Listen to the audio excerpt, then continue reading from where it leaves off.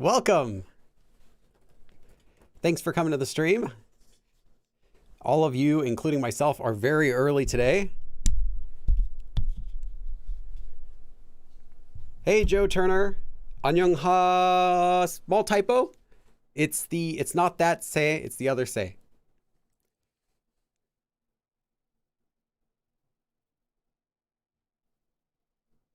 Welcome. Everyone's still coming in. Let me know where you're watching from today. I am watching today from Los Angeles, California. It's suddenly quite cold, actually. Although it will get warm again later this week. But today, tomorrow will be quite cold, actually. New Jersey. Where else is everyone from?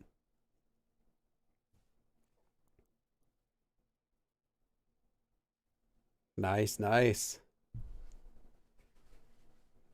I turned on the stream early today, so we can just hang out here, ask any questions. I'll go over some announcements, and the actual lesson will start at the top of the hour, which is 2 o'clock in Los Angeles time. But if you're from other places, it will not be 2 o'clock. It could be 3 o'clock, could be 3 in the morning.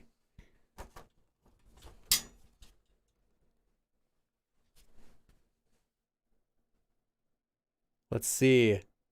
Okay, we have a few more people mentioning where they're from. Italy. Is it true that is the Italian stereotype true about talking with your hands? Is that really is it actually something that everyone there does, or is it a bit exaggerated? Luxembourg. Texas. Another person from Texas. Norway. Hoju. Aniki says, can you explain today's background? I can't. I stopped being able to explain backgrounds a long time ago because it's hard to find interesting pictures of Korea that don't have lots of people in them, that are kind of at, a regular eye height. And I don't know, but we're in Korea. That's all I can tell you. It's definitely somewhere in Korea. It's a traditional Korean style house behind me. You can't see it because my whiteboard's blocking it. I'll show you again. Yeah. It is what it it is what it is. Where else is everyone from? Germany. Washington Stair. I think you mean state. The UK, New Jersey, Czech Republic, South Africa, 영국, Egypt. Egypt is one of those places. I hear it's not great to visit as a tourist. I still want to go there someday. So if it gets better to visit as a tourist, I'll be on a plane going over to Egypt. I think it would be so cool to see. Someone said, okay, Dargi Pearl says they are from New York. 뉴욕에서 왔어요. Nice. Venezuela. 남아프리카, so South Africa. Illinois. Christina says it's pretty on point talking with your hands. Okay, I tend to talk with my hands a lot. So, I don't know, maybe I should do another DNA test. Maybe I actually have a lot of Italian ancestors. I talk with my hands a lot. Especially when I'm just talking with my friends. I'm always shrugging my shoulders and that kind of thing.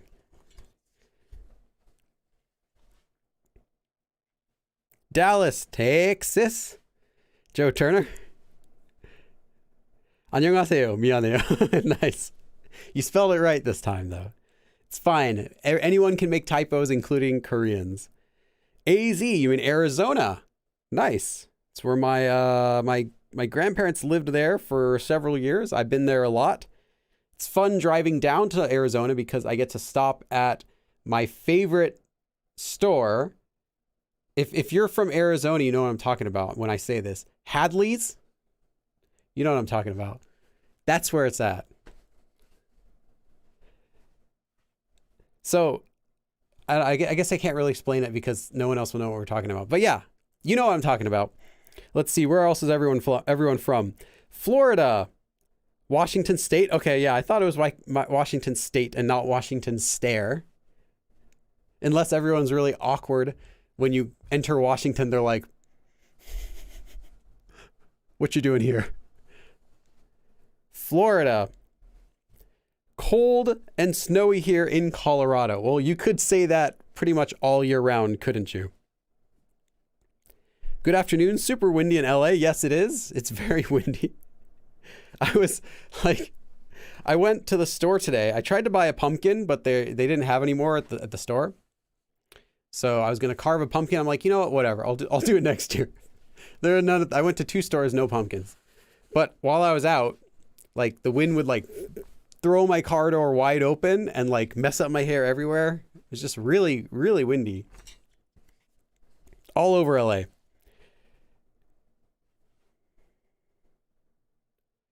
Row 2 says, maybe Italians have the stereotype of moving their hands a lot because we had a very diverse culture throughout history.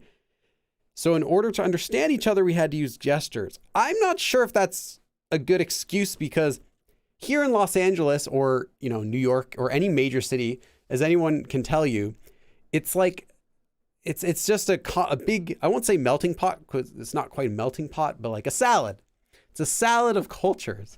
And I mean, we move our hands a lot, but I don't think it's quite as much. But right now, we still have that sort of culture. I think it's just Italians being Italians. Nothing wrong with that. Stacy says it is cold, wet, and windy in Texas.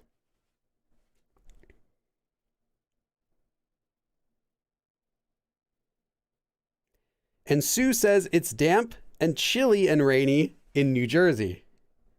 Someone else is from Ohio. Phoenix, Arizona. Nice. It was 40s in Texas. I think you mean 40s. So Fahrenheit, that'd be really cold. Poland here too. Poland. Nice. Okay. Keep telling me where you're from. I'm still reading them. I'm going to also go over some announcements real quick. As I mentioned in my post, this is the last live classroom until December because, drum roll, I'm going to Korea. I'm not leaving today or anything. I'm leaving, let's see. I'll be in Korea technically next week. Yeah, I'll be in Korea from next week. So next Sunday, I'll still be here in the US, but I'm going to be packing and getting ready. So I won't be able to do a live stream because this room will have my suitcase in it. I'll be packing some of the stuff I use for this live stream. So anyway, this is the last class. Either way, though, we wouldn't have a live stream next Sunday because it's not on the schedule. But I will resume as soon as I come back. So that will be sometime early December. I'll try to do it immediately when I come back, but it might not work, but I'll try. So I have it scheduled for immediately when I come back from Korea. So you won't have to wait too long, but I also will try to do a regular live stream while I'm in Korea this trip. But I can't promise that I'll do that, and I can't let you know when it would be yet. So it'll depend on if and when I have a free day while I'm over there. My trip is going to be very short, though.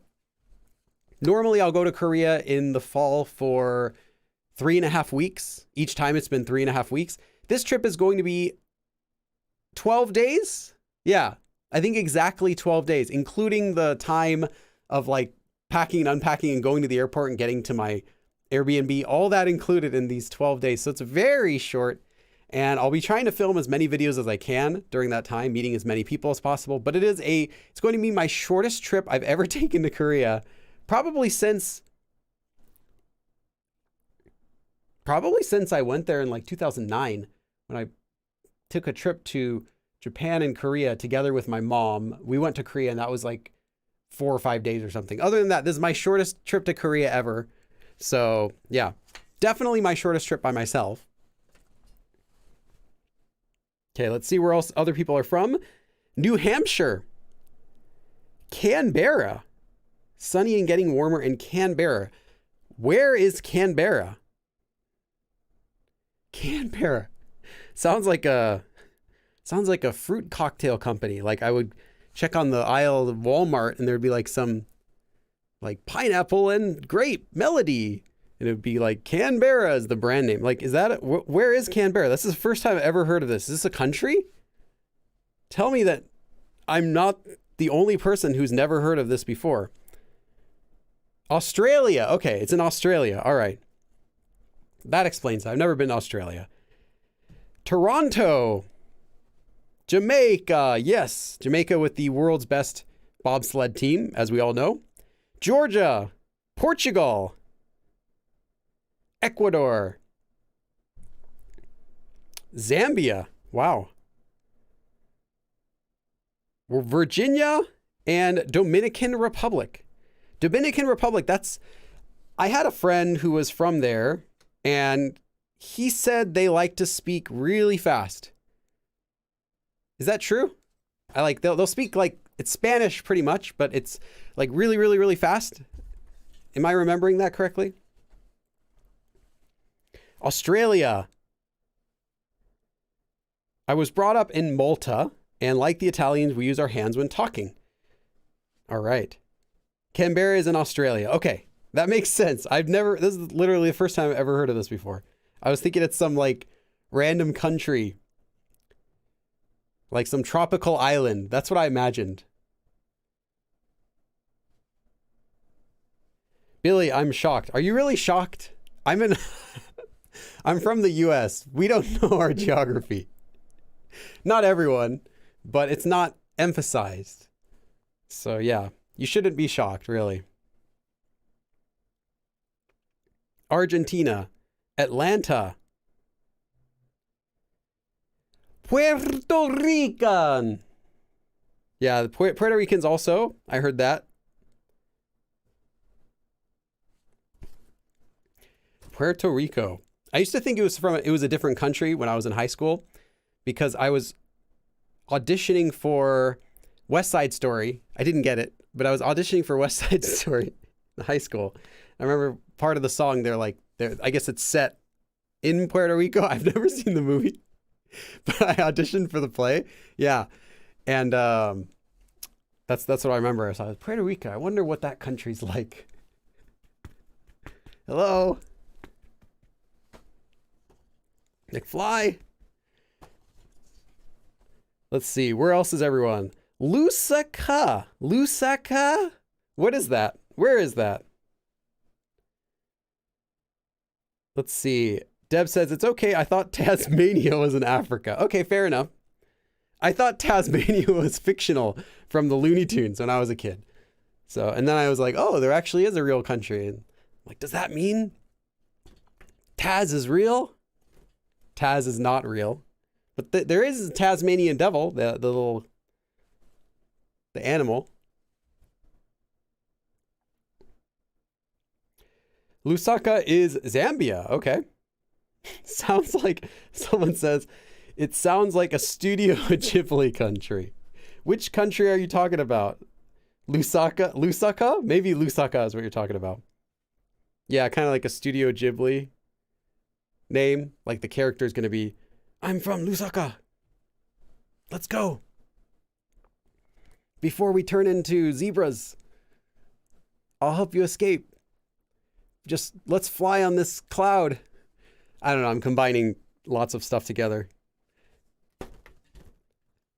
Okay. Best Ghibli movie. Best Ghibli movie. What is it? I know the answer, but I want to know what all of you think. Best Ghibli movie. Normally we do this kind of random chat after the stream, but we have an extra 10 minutes before we start. I want to know what you all think. Let's see. Someone said Howl's Moving Castle. Nice answer. Close.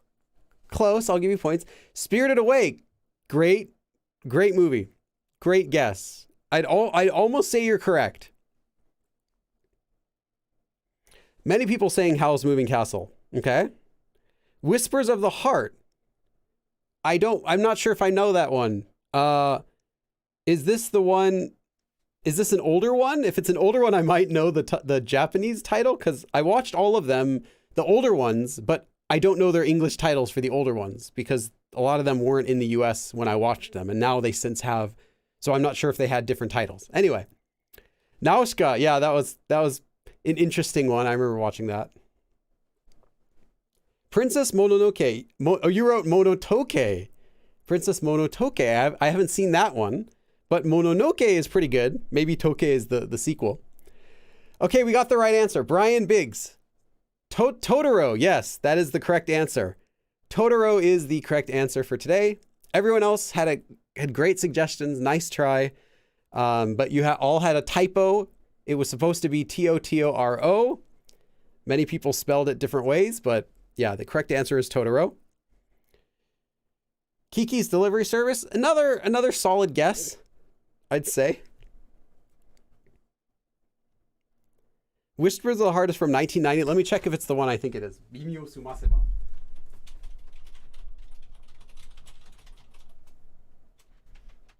Yeah, it is. It is the one that I thought it is. It's the, if you listen carefully, Bimyo Sumaseba. I saw that movie. It was okay. It's too romancy for me. It's too much of a drama for me.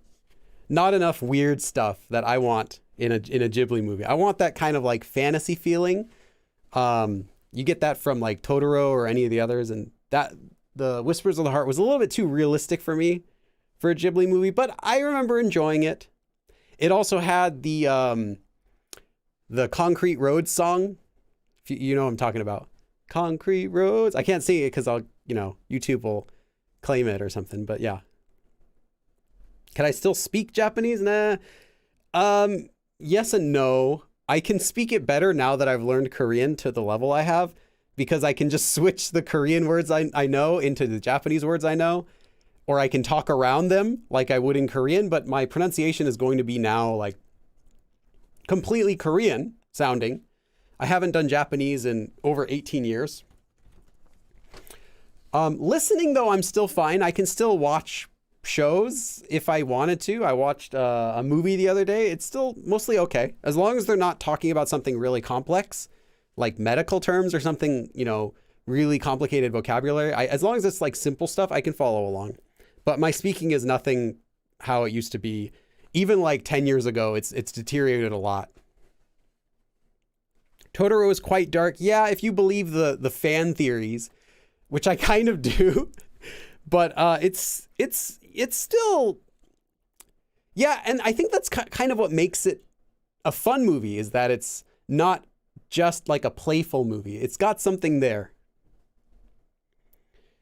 They had a Spirit Away live play in LA not long ago. Yeah, Spirit Away, actually, I saw that movie when it first came out, because before it got released in the US, believe it or not, they had a showing at the El Capitan Theater in LA. It's like a big, famous theater. They had a showing there where they played it because it had just come out in Japan and was getting popular. So they brought it to the US, but it wasn't the American version yet, I believe. Or did they bring the American version? Anyway, I saw it before it came out in the US. And then I saw it again after when it came out in the US. That was a cool movie. That's my second favorite.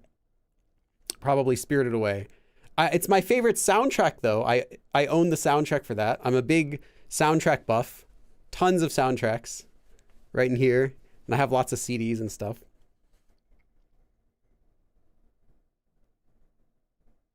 Harvey says, I don't like the weird, unrealistic stuff. Well, why are you watching a Ghibli movie? There are no realistic Ghibli movies, though. Even the Whisper of the Heart is one of the more realistic ones. It's still not really realistic, but like relative, I guess. Okay. A couple announcements before we get started. Prerequisites for this lesson are very light.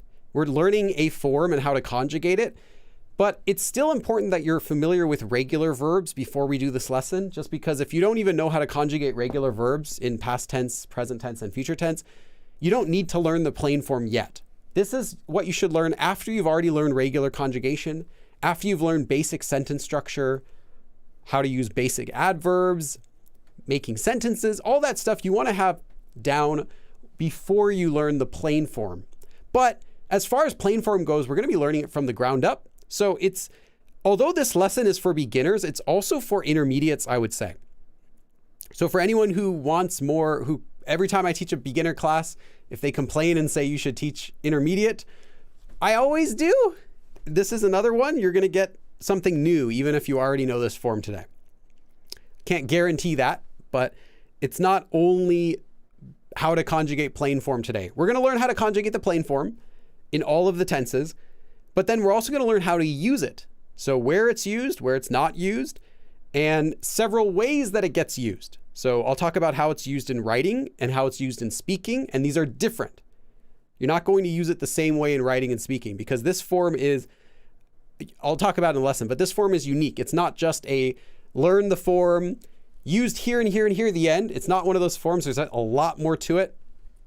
And since this lesson today is only about the plain form, normally I might only introduce how to conjugate it or only basically how it's used. Today we're actually going to go in depth.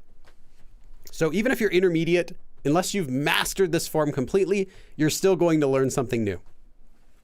Again, this is also the last live class until December. I think the next one, let me check. Well, I'll post it in the chat. There's a document that you can open and it shows all of the past and future live streams. The next one is like early December when we'll start these up again.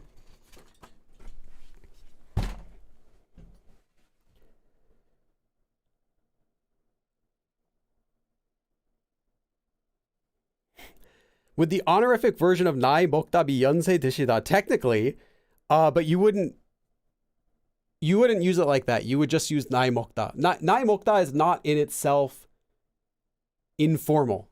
It's not rude sounding, if you're wondering. But you would use 나이 드시다. 연세 드시다? I'd have to think about that. I haven't heard 연세 드시다. I'd have to ask a native to check. I have heard 나이 드시다 though. You could use that, but you could also just use 나이 먹다. It depends what you're trying to say. Are you trying to say lots of people who are older? Then you just use 나이 먹다. If you wanted to say a specific person and show extra respect toward that one specific person, 나이 드시다. But if there's a native in here, they can confirm. I would just say 나이 드시다, but maybe you say 연세 드시다. Natalie Luskin says, there's an American version. Do you mean dubbed? I'm not sure if they make changes other than dubbing. Sometimes they do, though, for shows. They'll make alterations. But yeah, I'm talking about just dubs. I hate dubs. I'm sorry. I just can't stand the dubbing for everything. unless it's like something really, really light that has no deeper meaning. That it's just like, here you go. Watch this and while you're doing the dishes. Like, I really don't like dubs. I like subtitles for everything. The worst, though, is dubs of live action stuff where like the mouths don't match at all. It feels like some weird kung fu movie. Yeah, I'm sorry. Dubbing is the worst. The only exception, there is an exception when I would recommend a dub. If you're showing the movie to someone who has eaten a lot of years. So let's say 나이 많이 먹은 사람, someone who's very old. Show them the dub. They don't care about reading subtitles, right? The older generation it's more uncomfortable to have to read something. You know, you have to put on your glasses and read it the whole time. You can't focus on it. You just want to relax. For anything that's like you just want to relax and watch it, sure, do a dub. But for anything you care about what's going on and, you know, if there's any sort of deeper meaning to it, always subtitled. The acting of dubbed voices, sometimes it's okay. Sometimes you get dubbed actors that do their best and it's really fun to watch. When I was a kid, my older sister used to watch lots of anime shows and cartoon shows, and most of it was subtitled, but some of it was dubbed, or sometimes she'd watch both. And I remember sometimes thinking the dub version was okay when it was like really goofy. If it was like a show that didn't have any seriousness to it, then I didn't care. But if it was anything besides that, though, it's always better to have subtitles. But sometimes the people doing the dubs, they know, like, what am I doing? Like, this is not high art. Who cares? Let's just scream. Let's just do a silly voice. And in those cases, it was kind of fun. .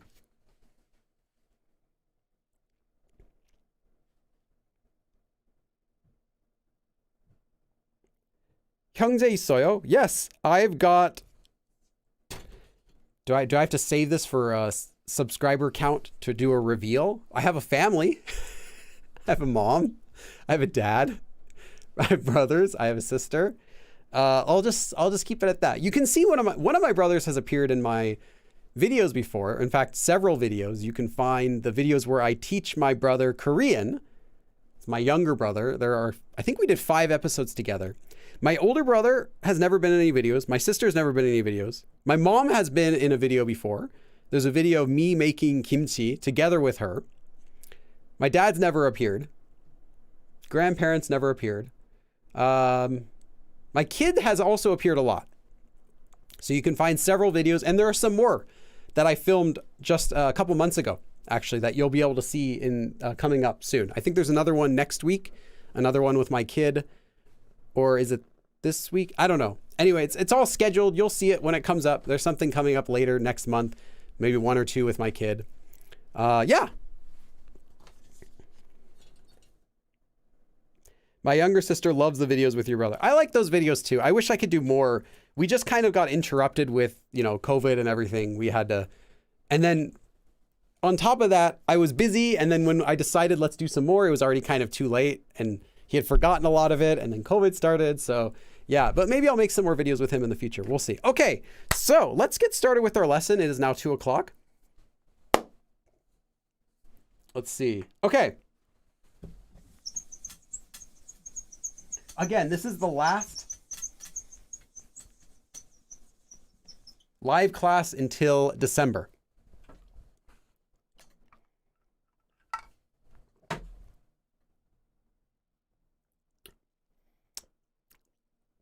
Why are all these caffeine drinks so sour? Okay.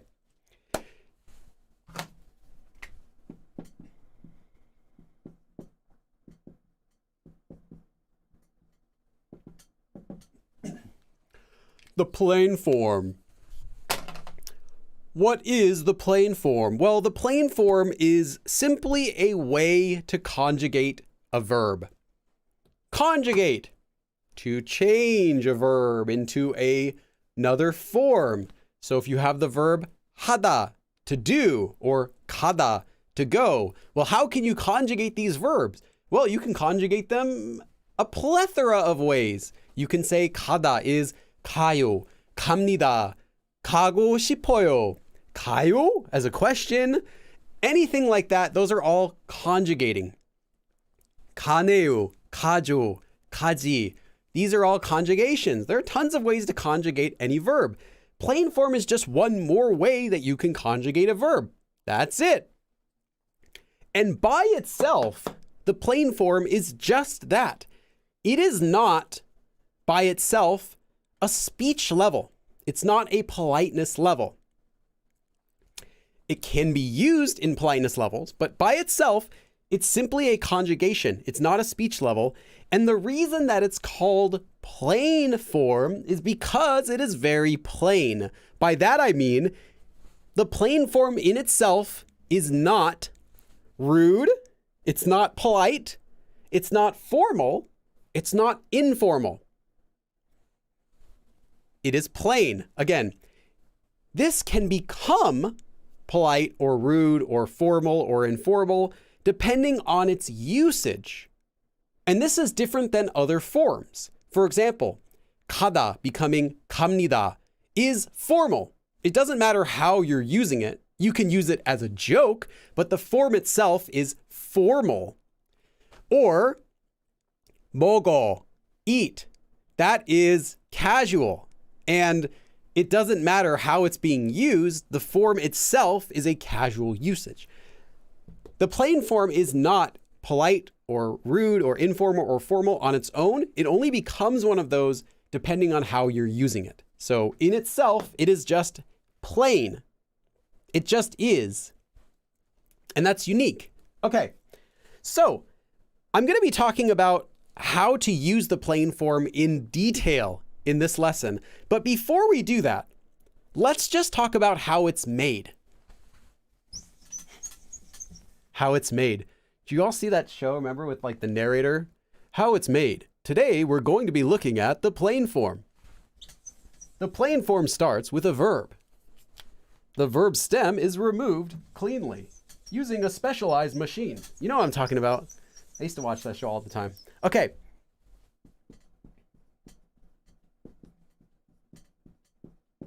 And then with that cool theme music. Okay. So, again, that was simply an introduction to plain form. We're going to be covering all of its major uses today. So let's just talk about how it's conjugated. First, let's start with the present tense. I'll go through these as fast as possible. So if you've never learned how to conjugate this before, please take notes because I'm not going to be going slowly. I want to just rush through the conjugation because most of you already have seen this before. But okay, so for present tense,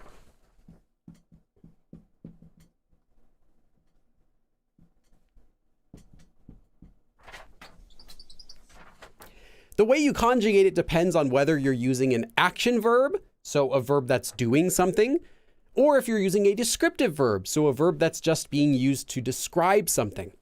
For an action verb, you take the stem. Now, the stem of a verb is always just the verb minus the ta at the end. So you take the stem, and then if that stem ends with a consonant, you attach nun. If not, if it ends with a vowel, you attach just this letter, nian.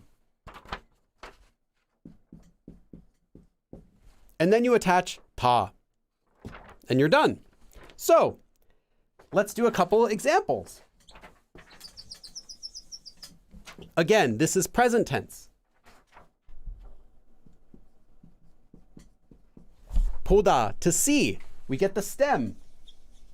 The stem ends with a vowel. We attach this. Ponda, the end.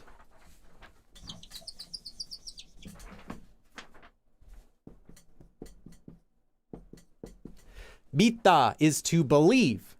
We get the stem. It ends with a consonant. We attach this. Minnenda, we're done.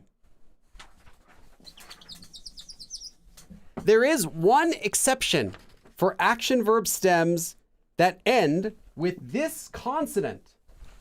There aren't too many of these, but there are some. If you see this consonant and you're making this form, you simply remove it first. So the verb 살다, to live. Get the stem. It ends with that verb. It ends with that letter, is what I meant to say. You remove it. You attach this because it now ends with a vowel. And you get 산다. And you're done.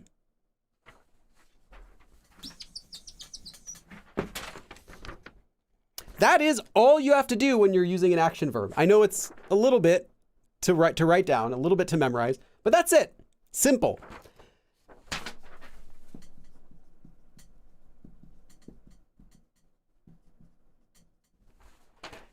Descriptive verbs are the easiest thing to conjugate in the entire world. And you'll see why, in a second. If you have a descriptive verb, you take the verb stem and you attach ta. By that I mean you do absolutely nothing. When you have a descriptive verb, it is done. It is already plain form as well. So,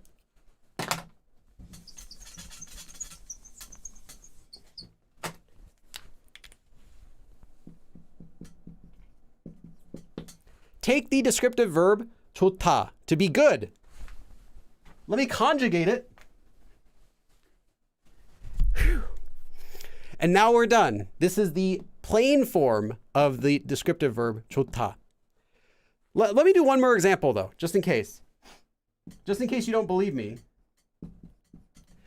멀다, to be far. This one's a little tricky. Let me conjugate this. Whew. 멀다. I know that might be a little complicated for you, but let me do one more example to really help you to understand. Oh, I know.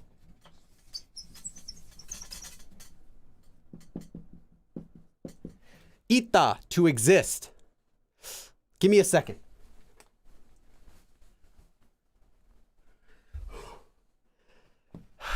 Ita. So this one's kind of significant because if you're making the progressive tense, like I am doing something, 가고 있어요, I'm going, 하고 있어요, I'm doing it, 보고 있어요, I'm looking. That means the plain form of everything in the progressive tense is just 고 있다, and you're done. Okay, hopefully that wasn't too much, but let's move on to the past tense.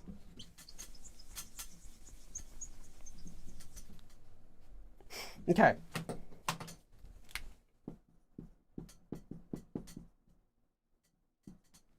So for past tense plain form, again, we're still working with plain form. You take the conjugated verb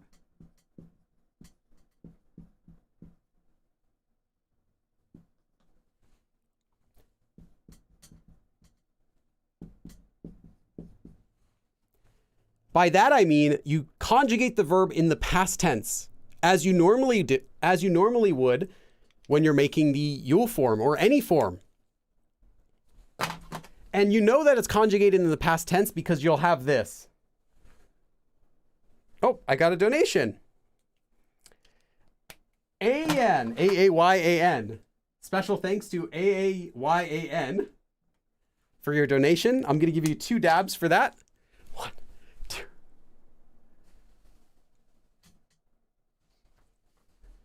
Thank you. Okay, let me check the chat for a second, actually.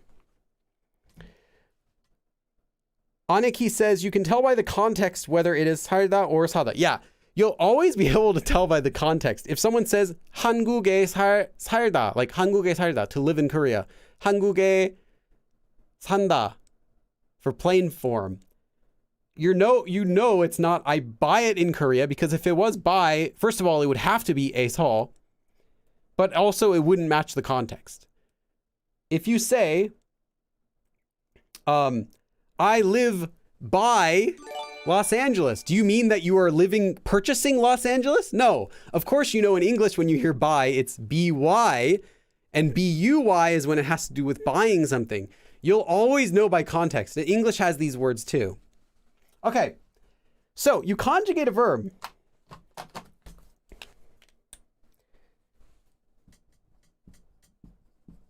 하다, for example. I'm just going to do a really quick example. Actually, let's not do 하다. That's too easy. Let's do 좋아하다. 좋아하다 means to like. So how would you conjugate this normally in the past tense? Don't think of this as conjugating plain form. We're just conjugating this regularly first. So 하다 would become 했어요, right? Or 했어, whatever. It doesn't matter what you put after here. 했습니다. Once you get here, these 2 letters, that's your stem. So you get the past tense conjugated verb stem, which is a mouthful to say, but it really is just this. And then you attach 다 and you're done. So 좋아하다, to like, past tense 좋아했어요 or whatever, 했습니다. 좋아했다. Liked, past tense, plain form, you're done. It doesn't matter, as The Rock would say, it doesn't even matter. Or he actually doesn't say it doesn't even matter. It doesn't matter what type of verb it is. It can be an action verb. It can be a descriptive verb. This is the same thing for both action and descriptive verbs. And there's one more thing, though, you should know.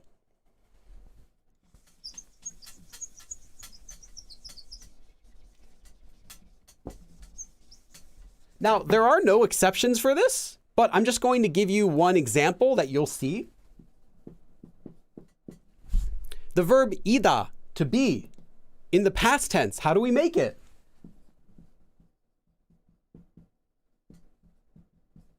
이었어요.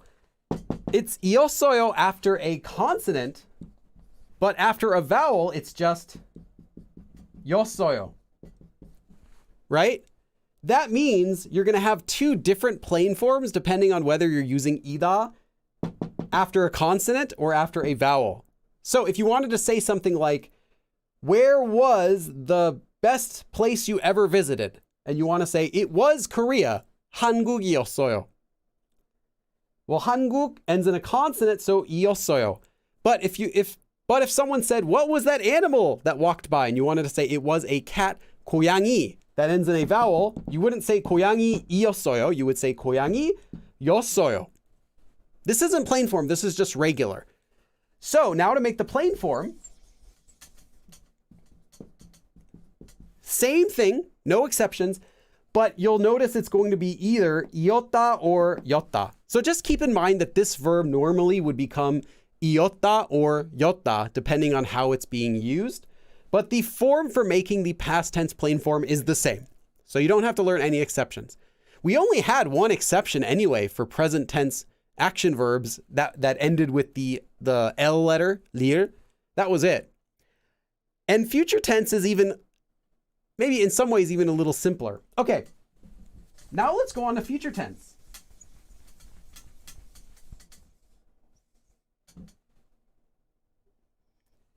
My nose bleeding? I can't even tell. Okay, future tense.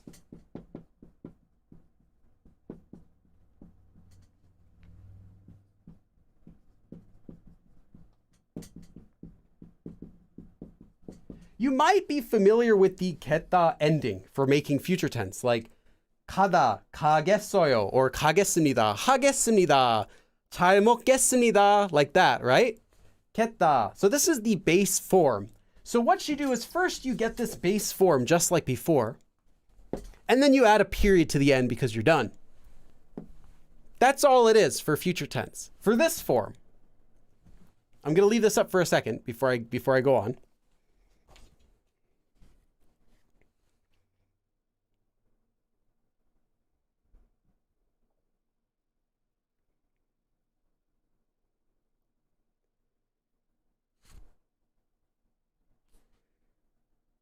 Ves says both iota and yotta sound very similar. Yes, the reason there is two is only because iota shortened to yotta.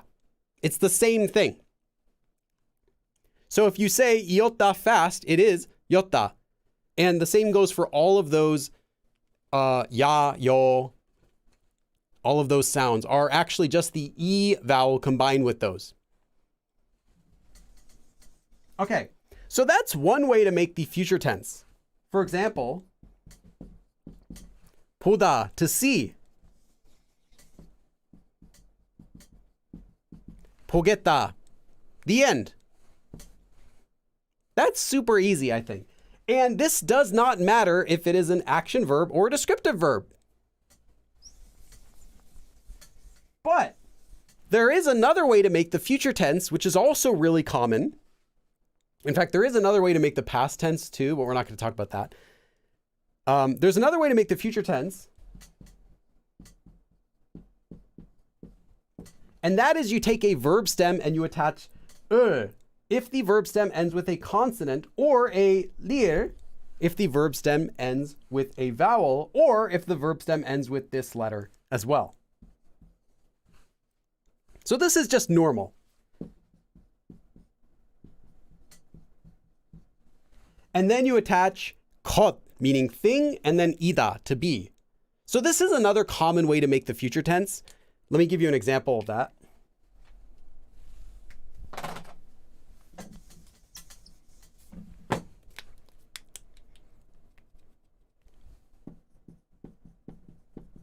하다. You get the stem. It ends with a vowel. 할 것이다. And you're done. This is normally what you would do to start making the regular future tense. Anyway, it's just a step easier. So now you have this, you're done. Normally, if you were to say this in a sentence with the 요 form or something, you would say 할 거예요 or 할 거야, right? 갈 거예요, 갈 거야. You would conjugate this to make the regular future tense when you're saying the 요 form. But for plain form, you're done. This is 할 것이다. This is future tense of 하다. Either 하겠다 or 할 것이다. The end.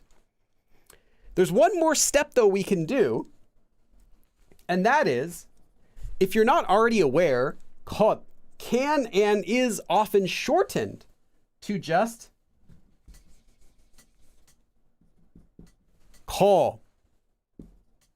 것 or call. So if you use 것, you're going to attach ida. But if you use call, you're not going to attach ida because ida, as you've seen, the E gets removed whenever it's used after a vowel. In this case, call ends with a vowel, so you're not going to attach ida. You're just going to attach 다, and you're done. So you can either use 것이다 or 거다 with the future tense with this form. 9 times out of 10, you're going to use 거다. 할 거다.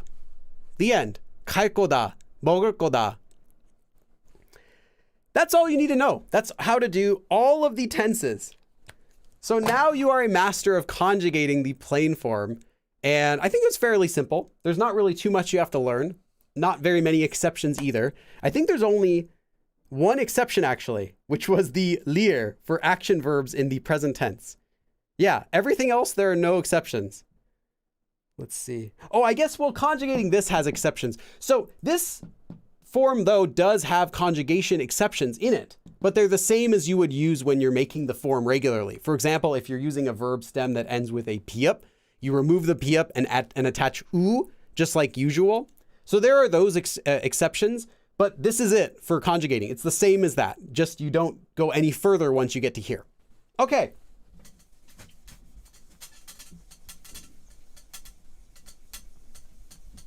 I know I went a little fast through those conjugations, but those of you who already know this will appreciate. Oh, Aubrey Z. Thank you for the super chat. Give you a dab for that. Okay. Now. Yes. Okay, so now we know how to make the plain form, but we don't really know how to use it very well. So again, I said plain form is called plain because by itself, it is not polite or impolite. You know, it's not rude by itself. It's not formal. It's not informal. It's just plain. The way that it sounds, polite or rude or informal or formal, all depends on how it's being used. So the first thing you need to know about using the plain form is that no matter what you're saying, no matter who you're talking to, no matter if you're writing it or screaming it, you do not use 저 with the plain form. Why? You might think, well, 저 is polite. 저 is polite. 저 is specifically humble. You don't use polite, flowery language that is humble when you're using the plain form, which is plain. So instead of 저, you use 나. Now, that's not to say you cannot use humble speech or honorifics with plain form. You can. But if you're talking about yourself doing something, and you want to say, I did something, I will do something, and you're using the plain form, you cannot use humble speech with that because it would not match. You can use humble speech for someone else that you're doing something for, but with yourself, you would use 나 instead of 저. So do not use 저. If you say 저는 같다, it is wrong.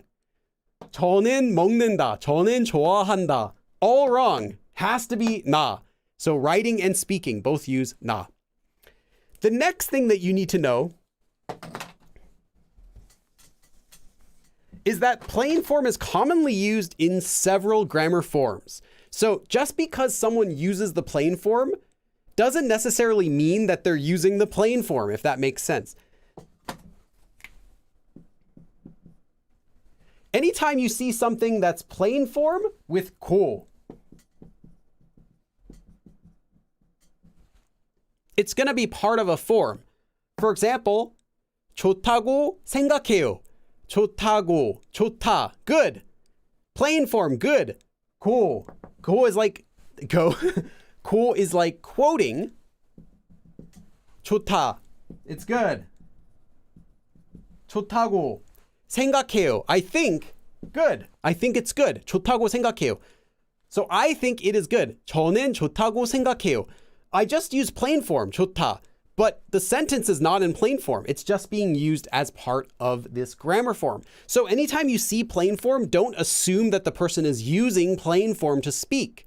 It's simply they're using that conjugation in a grammar form. So if the sentence ends with plain form, that's when it probably is going to be actually using plain form. But just because you see plain form does not mean the sentence is plain form.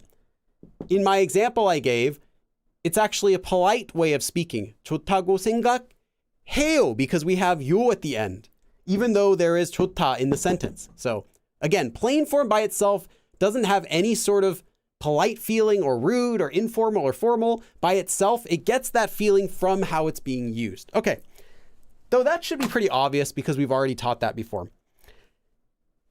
Another thing you should know, this is a detail for intermediate learners.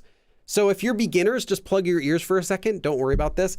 Plain form, when I say plain form and when teachers online say plain form, what we're actually referring to is only one kind of plain form. We're only referring to plain form when you're making statements. For if you say like 하다, let's say 한다, present, 했다, past, 하겠다, future. It's all statements. I did, I do, I am doing, 하고 있다, 할 거다, I will do. These are not questions. Will you do? These are not commands. Do it. These are not suggestions. Shall we do it? These are all statements. So when we say plain form, we're only talking about this. But again, if you're a beginner, you can keep your ears plugged. If you're intermediate, feel free to listen, or advanced. There actually are plain forms for those other forms. There are plain form ways that are plain to make other types of sentences, like questions. There's a plain form for questions. There's several. To keep things simple though, let's just say there is a plain form for questions. There's a plain form for commands. There's a plain form. And it can get a little bit technical because then you start talking about a politeness level in Korean that incorporates a lot of those other forms. But you don't need to worry about that. So in case this is going around your mind, well, what about plain form questions? What about plain form? When we say plain form, we really just mean this. If you're thinking about the other stuff, you can think about that as a, I guess it would be part of herache. Yeah, I believe that would be herache. But anyway, you don't need to worry about those though, because those will be used in other usages. But for the regular uses of plain form, this is it. This is what we're talking about. Okay, now beginners can listen again, because I didn't want to confuse you if you're wondering about other types of usages for forms. So these plain form uses that we're learning about today are all for statements. So you cannot say something like, 보겠다? Will you watch it? Or 봤다? Did you see it? You wouldn't use it like that. Actually, you could say 봤다, but it's not a question. If you were to say 봤다, past tense of 보다, 봤다, it doesn't mean 봤어요. It does not mean 봤어요. It means I saw it, regardless. Even if you make it into a question, it's not a question. So these are all statements. And we'll talk about that as well, what that would mean.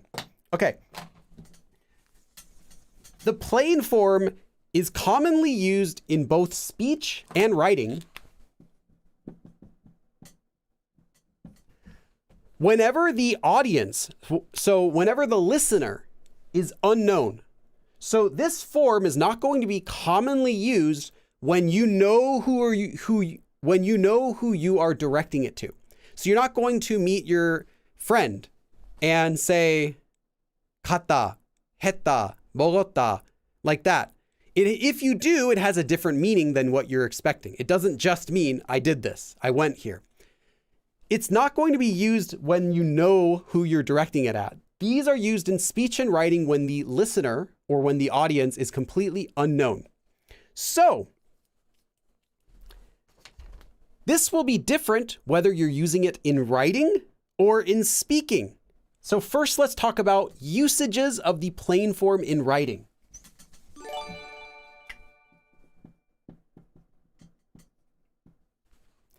Because when you see the plain form used in writing, it's different than when it's being used in speech. When it's used in writing, again, I said this is whenever the listener is not known. Some common places that you're going to see it used are the following. Advertisements. You might want to write these down if you don't already know them. Advertisements. So if you are looking at an advertisement on the subway and it has Korean writing and it's like, talking to you, it's going to be in plain form. Essays, including your test essays. So if you take a test in Korean and you want to say, I did this, I like to eat cheese, monkeys are my favorite animal. All of these sentences, yes, even on a test, should be in plain form. If you write, 원숭이 좋아해요, I like monkeys, on a test essay, the teacher will grade that. I mean, if you're a new beginner, the teacher will say, great, I'm happy you wrote a correct sentence. But that's not what it's supposed to be. It should be plain form if you want to be more accurate. And Koreans would all write that in plain form. 원숭이를 좋아한다, I like monkeys. Plain form for any sort of essay, school essay or otherwise. The next thing is newspaper articles. If you find a newspaper article, look at the verb endings. They're going to be plain form. The exception would be is if there's a quote, like someone said this and it has it in quotes completely. But even when they say it as a quote, it'll often be in plain form inside of a sentence. Like this person said this, that'll still be in plain form. But even all of the endings of your sentences in the article will be in plain form. Because, again, the audience is unknown. They don't know if they're addressing the news article to someone they should be extra polite to or to a kid. It doesn't matter. It's not directed at anyone in particular. It's just plain. Another place you're going to see plain form is example sentences. So this is going to be in a textbook. If you wanted to write an example sentence that's not really supposed to be a dialogue example, but just an example like Charsu went to the moon, like that. It's not supposed to be an example of someone saying something. It's just an example sentence. These are all going to be written in plain form because they're plain. They don't have to be directed at anyone. It's just, this is the sentence, no context, the end. Charsu went to the moon. Plain form. Another place you're going to see plain form is in your own journal entries. So if you're writing a diary, you should be writing those in the plain form to be accurate. That's how Koreans would write them. You're not going to say, 오늘 피자를 먹었어요. I ate pizza today in my diary. You're not going to write that. You're going to say, 오늘 피자를 먹었다. 먹었다. Past tense, plain form. So diary entries, journal entries, records, like if you're writing a record of something that happened or just a note, these are all going to be in the plain form as well because they're not directed directly at anyone. They're not directly directed. Yes. Okay. So, and if you were to write those sorts of things, so like essays, newspaper articles, journals in other forms, such as the 요 form, or even like 하네요 or anything like that, 하죠, these can sound awkward and incorrect. So it's not just that the plain form is better, it's that the plain form is the correct way to do these. So yeah. Okay, so that's for writing. I'm going to take a 30-second break and check the chat. Oh, I got a super chat. Hold on.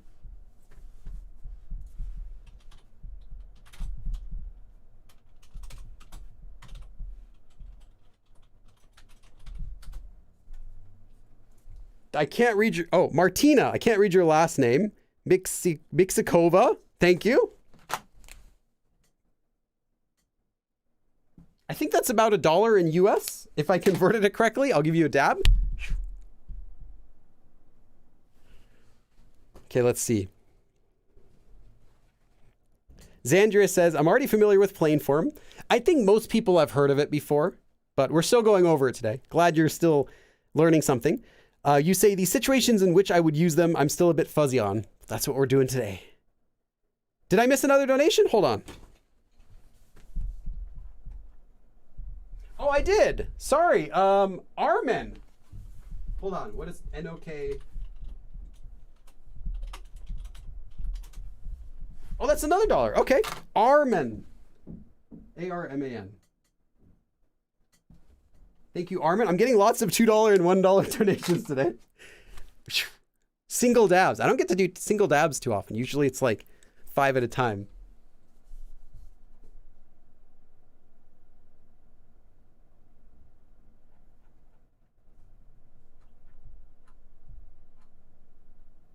And yeah, okay, now I got them all. Now I'm caught up. Okay, yeah, that was a CZK 25, which is about $1 US. I think if I converted it correct. Okay.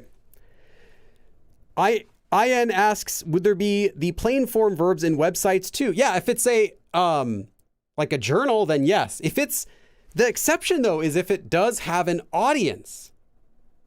If it has an audience, you're going to use the correct you're going to use correct politeness on it. Like if you're writing a speech, if you're writing something that you intend to be read by a specific person and you want to sound extra polite, that's different. Like if you're writing a note to someone, you're obviously not going to use plain form. If you're giving a speech, you're not going to use plain form because it has an intended audience. But for writing, if no one else is reading this, it's just for a record, use plain form. Okay. For speech, though, it's a bit different.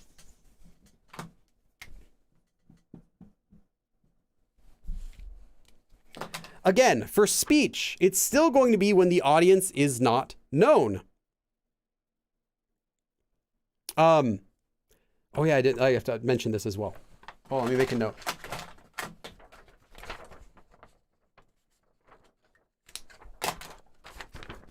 For speech, this form is going to be used when you're using 반말.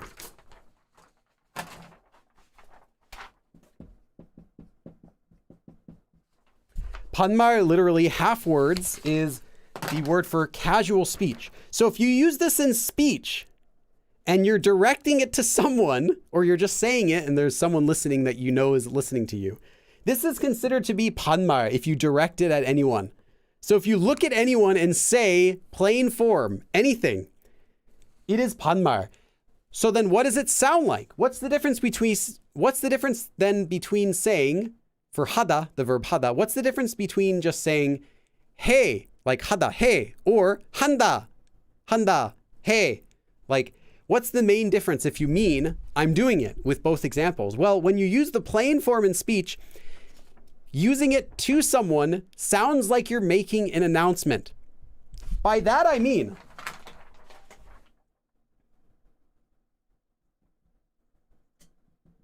okay, that's supposed to be a megaphone. I don't know. I can't try. It's a megaphone, okay? Is that like a microphone, right? Hold on. I can do this better. This is what they look like, right? I've actually never had one before. Looks like a weapon. I don't know. I give up. Okay, it's a megaphone. This is like you're holding a megaphone and you're saying something out loud. So when you say plain form out loud, it is considered 반말, and the feeling that you get is like you're holding a megaphone, like a microphone or one of those, and then making an announcement. So it sounds like you're making an announcement.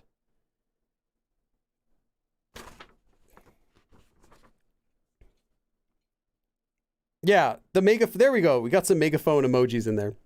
Okay, I wasn't too far off. Looks like a light stick. Yeah, it kind of looked like one of those light sticks that you bring to concerts. I'm like, yeah, whatever. Okay. So by that, it's like you're saying something out loud. So what does that mean? It's like you're saying something out loud to get other people's attention. So if you're walking around outside and you want to say, and you say to your friend, 나 간다, 간다, I am going, 나 간다, 나 간다. You say that. It sounds like not just 난 가, I'm going, but it sounds like, hey, I'm going. It sounds like you're making an announcement to them. Like, listen to me. Here, give me your attention. I'm saying something. What I'm saying is, okay, all right, I'm leaving. It has that feeling to it. 먹는다, all right, I'm eating. Are you coming or not? I'm going to start eating right now. 나 간다, I'm leaving. Like that. It sounds like an announcement. So you're not going to use it for regular speech because you don't need to make announcements with your regular speech. You don't have to say, 이거 좋아한다. oh, I like this. Unless you want to say, I like this out loud. Xandria. Xandria. I'm not surprised by that question. What about stand-up comedy? You'll use regular polite speech to stand-up comedy because that's a presentation and you have an audience that you're looking at. It's intended for the audience you're looking at. So you'll be polite. You can, of course, make jokes, but I would watch comedy for that. It wouldn't be like you're using plain form, though, for that because you're directing it at people. 2 dabs for Xandria. Okay. The next way that you will use plain form in speech is not for 반말. In fact, this can be polite. It has no rude feeling to it, no polite feeling, no impolite, no formal, no informal, just plain, but you can also use it when you are talking out loud to yourself. So, again, Trega, like announcements when you leave a party? Yes. Thank you, Trega. Gonna give you 6 dabs. 1, 2, 3, 4, 6. Trega, exactly. If you are leaving a party or you're leaving a group of friends and you want to make an announcement, you're not just gonna say, I mean, you could just say, hey, I have to go. I have an appointment. All right, I'll see you later. Perfectly fine. Or you could say it as an announcement. 나 약속 있어서 빨리 가야 해. 그럼 나 안녕 간다. 다음에 보자. You can say it like that as an announcement. So anything that you really want everyone to pay attention to, like, all right, I'm leaving. I'm doing this. We're going. Anything that's like an announcement style, you can say it like that. You can also use it, again, talking out loud to yourself. So this is not directed at anyone in particular. You're not going to look someone in the eye and then say something that you're thinking out loud to yourself. That would be considered 반말 because, again, you wouldn't use this form in speech unless you're using it in 반말. So this is just for a statement. For example, you're walking outside and it's really cold. What do you say? What would you say in English? You're walking outside and you want to talk to yourself and there's no one else around. You just want to say, oh, it's freezing today. It is so cold.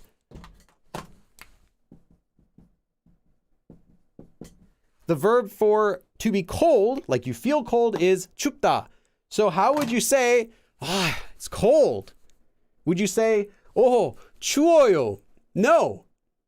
Because if you said 추워요, it's like, why are you being polite to nobody? It sounds awkward. 춥습니다. I am so very cold, but I want to be respective. I want to be formal when I say this. No, you say, 춥다. 추워. 춥다. 추워. You use 반말, which is casual. It has no additional formalities to it. Or you can use plain form, like, it's cold. Again, you're announcing it. No one has to hear you, but this is what you would use to yourself. Plain form, just saying something out loud. You're talking to yourself. Again, not directed at anyone in particular. You're not making eye contact with someone. You can even walk by someone who you would normally speak very politely to. It's really freezing cold and some, elderly man walks by. Of course, you would never speak casual to them, but you're walking by, you're talking to yourself. 춥다. 추워. 춥다. Perfectly fine because you're not directing it at that person. If you were to say, 추워요. 추워요. The older person passing by would look over at you awkwardly. It would sound like you're talking to him or her. Yeah. So you make sure you do that. But let's talk a little bit more about this. So when you're talking to yourself, you actually have several options for what you can use. You can use 반말. You can use casual speech when you're talking to yourself. That's perfectly fine.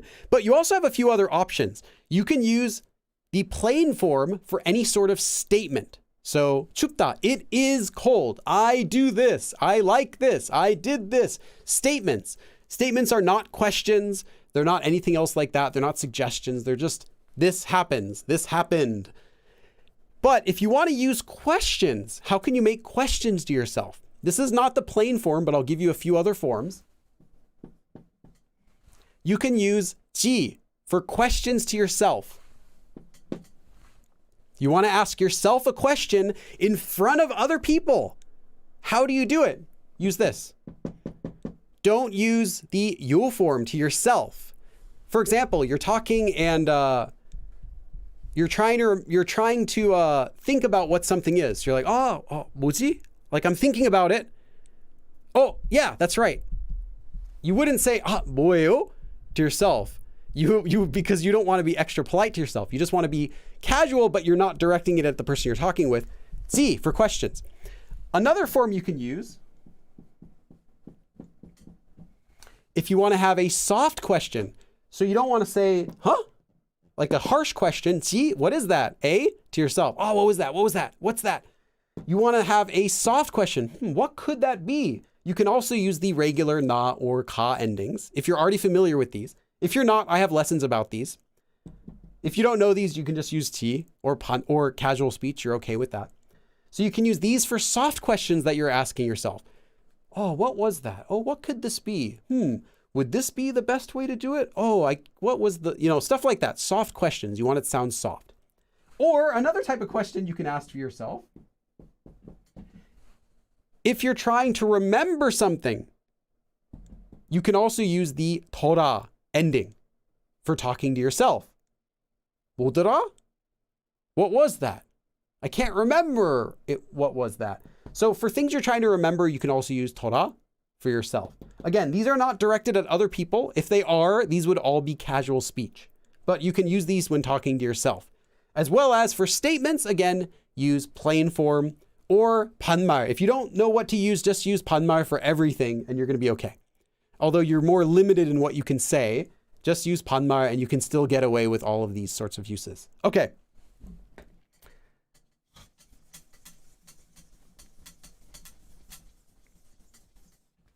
So whenever your audience is known, using plain form at anyone is considered 반말. It's considered casual. But when it's not known and you're not directing it at anyone, it's perfectly fine. Okay, there's one more usage in speech for the plain form.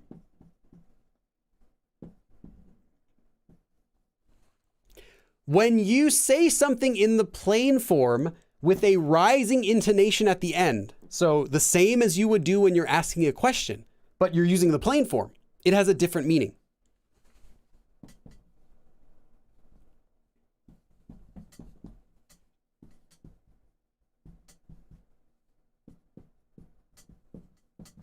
Here are just 3 random examples. 하다, to do, 한다, 있다, to exist, and 갔다, past tense of to go, so went. So what if you say 한다? Well, that's I did something or someone did something. What if you said 한다? Or 있다? Or 갔다? This is not past tense usage, even though you are using it in the past tense or here, present tense. This is not what you think it is. I shouldn't say this isn't past tense. This is past tense. So let me say that again. These are not questions when you use them like this. If you use plain form, which is only for statements, I said, but you use it with a question intonation, this has a completely different meaning. This just is a statement. Regardless of the intonation, it is a statement. But adding a question mark grabs the listener's attention. So when you use a question intonation after plain form, it sounds like this. Hey, listen to me. So I did something. So there is something. So I went somewhere. For example, what if you wanted to tell a story to someone and you start your story by saying, hey, so the other day 철수 came to the party. 어제 파티에 철수도 왔다? So you're saying, hey, so, and I'm getting your attention. Again, it's like using a megaphone. 철수 went to the party yesterday, okay? And then you continue with what you want to talk about. So this again is casual because you're using it directed at someone. You're talking with someone when you're using it, but it gets their attention. So it's a good way to start telling a story is by using the plain form with a question intonation. It's like, hey, so they did this? Yeah, I'm going to tell you about it. So again, if you see it with a question mark, it is not a question. It is just a statement designed to get the listener's attention. Kind of like saying, hey, listen to me. Hey, listen, like that. Okay. We covered a lot of information today. Of course, I'm 20 minutes behind schedule. I did my best to go as fast as possible, but I still am behind schedule. Okay, now we have some sentences. So let me give you some sentences. I want you to make all of these sentences because why not? Today I met Charsu. Today I met Charsu.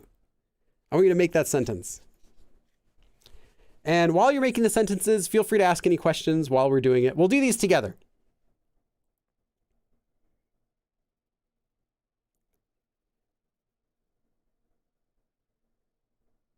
Jihoon says, 춥습니다. You're not sure what 춥습니다 is? Yes, Aniki. 오늘. Okay, I'm not going to read it out loud, but you have it. Your example is perfect. Traga as well. Oh, Traga, small typo on how could you misspell Charsu's name? How could you? But other than that, your sentence is perfect. Hope, perfect. Yes, I'm going to read a few other sentences. Let's see. Hey, Dina, nice. Jihoon, you want to check your particles. Since I met Charsu, Charsu didn't meet, but someone else met him, so he would be the object of the verb to meet, not the subject of the verb. Charsu를 만나. Yes, yes. Nice lexica as well. 오늘 Charsu 만났다. Perfect. Oh, you deleted it, but it was good. Your sentence was good. Unless you had a typo I didn't see. It looked perfect.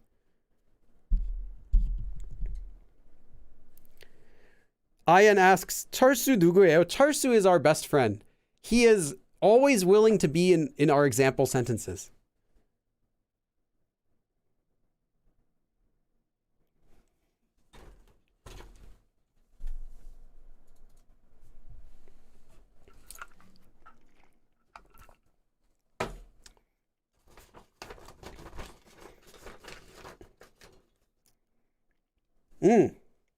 Okay. I'm going to give you the next sentence after I write this.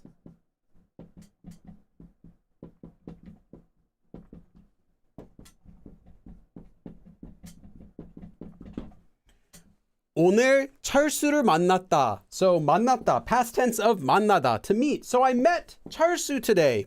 오늘 철수를 만났다.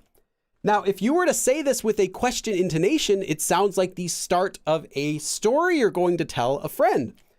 오늘 철수를 만났다? Hey, so I met 철수 today. That's what the intonation feels like in English. So they know when they're listening, oh, something happened. There's something to tell me.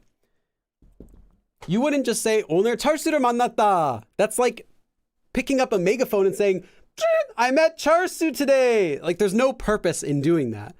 But you could, but that's what it would feel like. But with the question intonation, it feels like, hey, so I met Charsu today. Get this, and then you keep talking.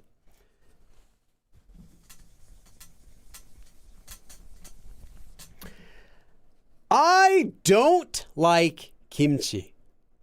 This is the example sentence. I do like kimchi, but our example sentence is, I don't like kimchi. Now be careful. Be very careful here what you use. There are a couple ways actually you can make this negative. But there is no trick for making something negative or positive or whatever like that. However, you have to keep in mind if it's an action verb or a descriptive verb that you're using. So keep that in mind. I'll just give you that hint. But you could avoid the problem that I see if you use a different verb. So anyway, I do not like kimchi.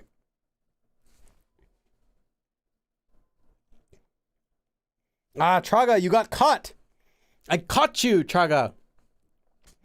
But I'll let you fix it before I tell you. What type of verb are you using?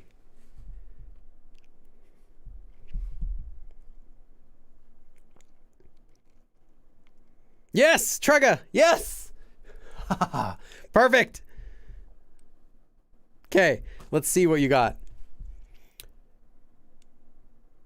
Kimchi 싫어한다. Sure, Aniki, you could use 싫어한다 and get around the problem completely. I was hoping you'd say I don't like and not I dislike, but it works. Lexica. Yes, lexica as well. Tried to get around it. I'll give you points for it. Trega did it exactly right. 좋아하지 않는다, because it's an action verb. 좋아하다. However, well, I'll write the answer here.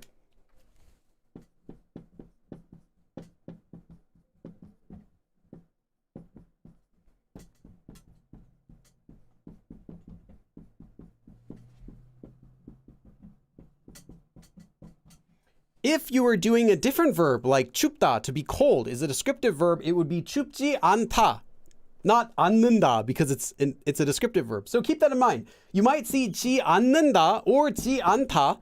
It just depends, are you using an action verb or a descriptive verb for the present tense? That's it. But it's a really common mistake I see people making is, I mean, I made this mistake all the time too, so don't worry about it. But yeah, just not noticing that the verb it's being used on is actually an action verb. And if you're wondering about anta, you might think, oh, well, 좋아하다 is an action verb, but isn't anta something else? Anta is actually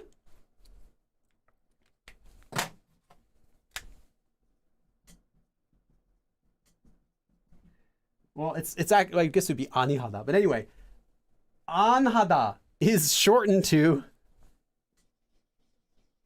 안타.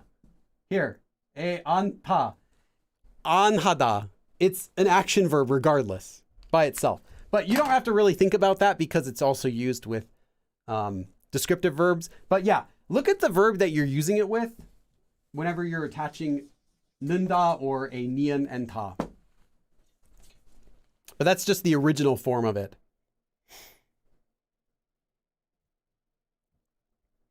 Actually, I guess 아니하다 would be more accurate, but nowadays that would be the equivalent.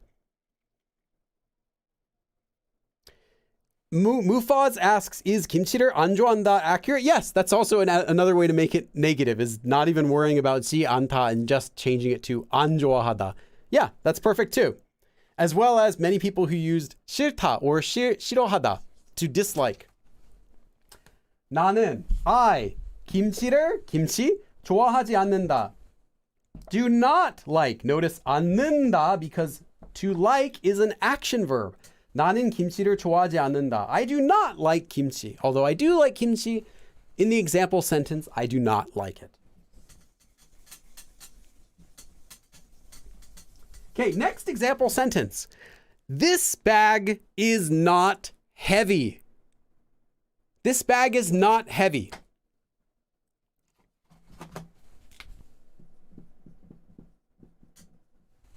가방. You can use 가방 for bag. Now, this is not shopping bag. If you're talking about like the plastic bags you get at the store, those are not 가방. I used to call them 가방 when I was a beginner. Those would be 봉지. But yeah, 가방 would be an actual like a bag, like luggage bag or like that sort of a bag you carry. And technically, I mean, the grocery bags are bags too. They just don't use 가방 for those. Yes, Trega. Yeah, 지하view, I think 아니하다 would be the more technical one it comes from, but you can think of it as 안하다 as a shortened version. That's fine.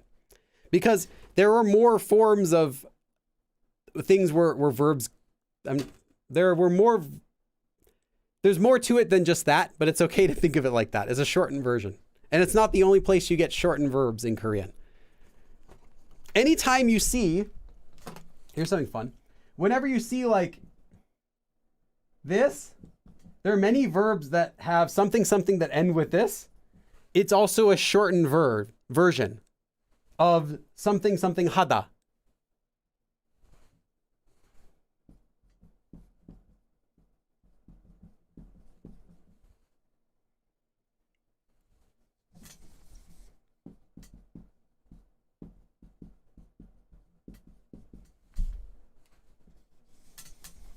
There are a lot of those.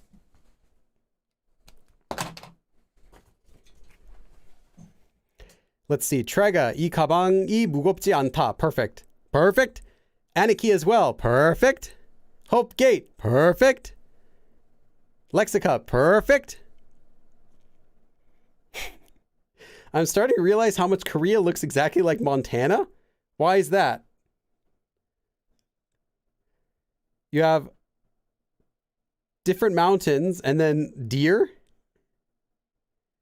Nettie says girl bags aren't 가방. They would be, yeah.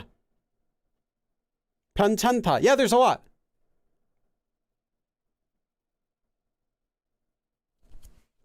Those are actually shortened versions of several verbs put together. It's not simply one shortening. There's several. 치 is 하지. So anything you have like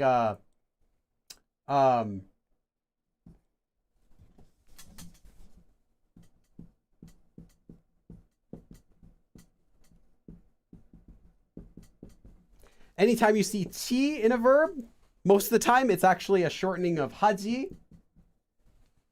There are lots of these. Anytime you see 고, it's actually 하고. Anytime you see 개, it's 하게. And the reason is this hiat adds air to the next sound, like in regular sound change rules. So it changes it to a chiat, changes it to a kiak, changes this to a kiak as well. So there are a lot of those types of things. And then those mash further. So you get like words that look like one weird spelling, like a word with a really weird spelling. And it's actually, if you look, it's actually just smashed down from several things. There's tons of that in Korean. It's everywhere. Like really everywhere if you look for it. Okay.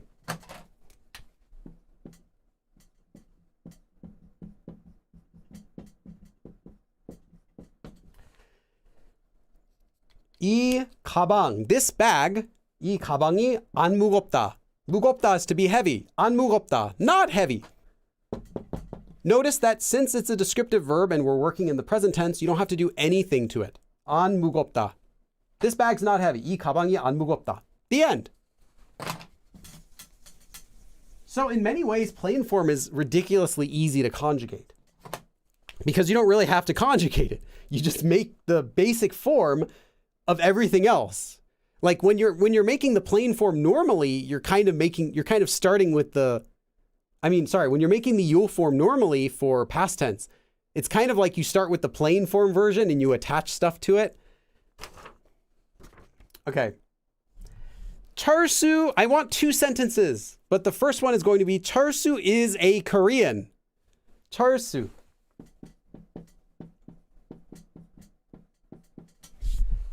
Both sentences will start with Charsu는. So the first one is Charsu is a Korean.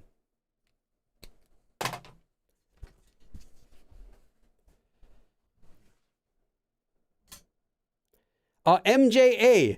The object marker is only when you're using an action verb in the sentence, when the action verb is doing something, to an object specifically. Otherwise, there is no object marker. So you couldn't say something like 이 가방을, unless you're saying 이 가방을 들어요, like I pick up this bag, or 이 가방을 사요, I buy this bag, anything like that. But if you're saying heavy, you're not heavying the bag. There can't be an object.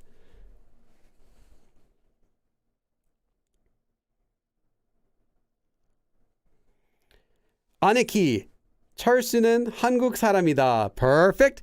Oh, hey, Grant, Jims.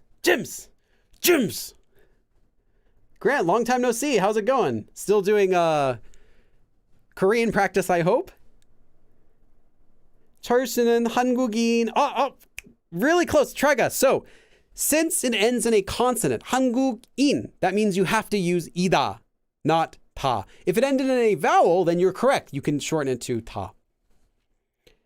Hope Gate. Perfect. Lexica. Perfect. Yeah, this lesson, if you've just arrived, someone was asking, why am I using ta instead of yo?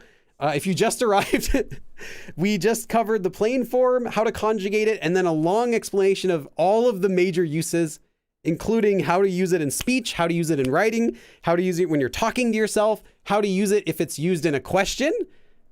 And I explain how it's not a question, even when you use it with a question intonation. So we talked about a lot of stuff today. Yes, that is perfect, Trega. Perfect. Okay, so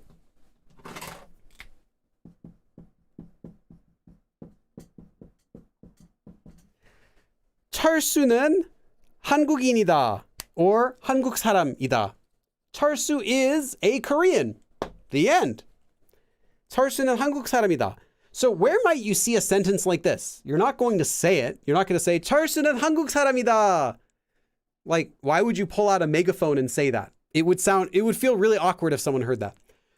But you could use it in speech by starting a sentence. You're like saying, 철수는 한국인이다? So, hey, so Charsu, you know he's actually Korean.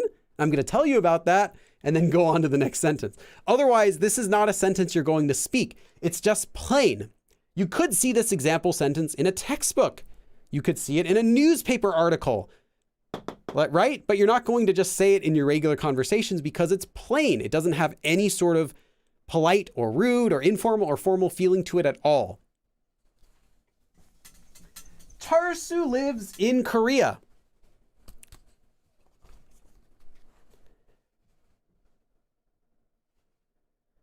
Charsu lives in Korea.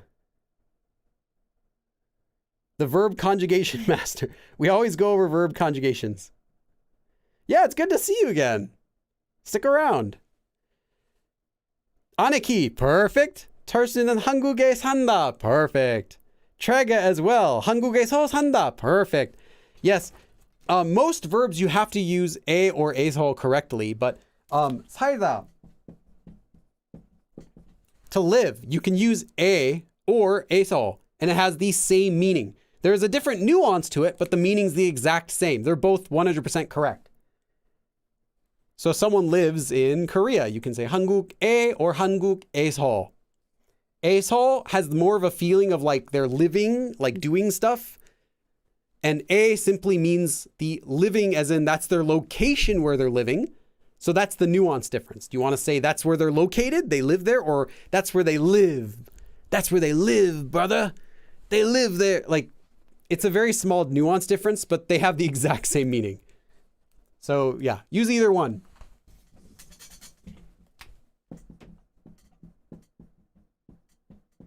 And that's just because the A marker is the locative marker. It specifies a location, and 에서 is where an action takes place.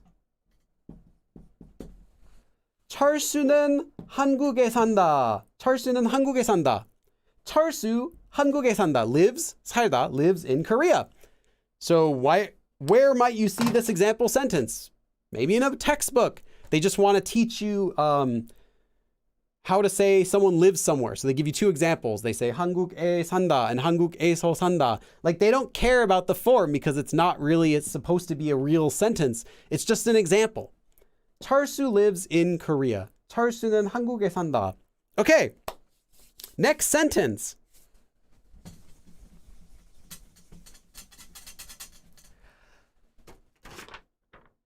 I already ate it all. I already ate it all. You're going to use 이미 for already. And to say you already did like all of something, or better yet, I already finished eating it. To say you already finished doing something, or that you've done something completely, or you've done all of something, just use the adverb 다 before the verb. 다 하다. 다 했어요. I did it all. Literally, I did it all, but that's how you'd say, I finished it. 다 했어요. I finished it. 다 먹었어요. I ate it all, or I finished eating. 다 봤어요. I finished watching it, or I saw all of it. Literally, 다 means all. 이미 is already. So I already ate it all.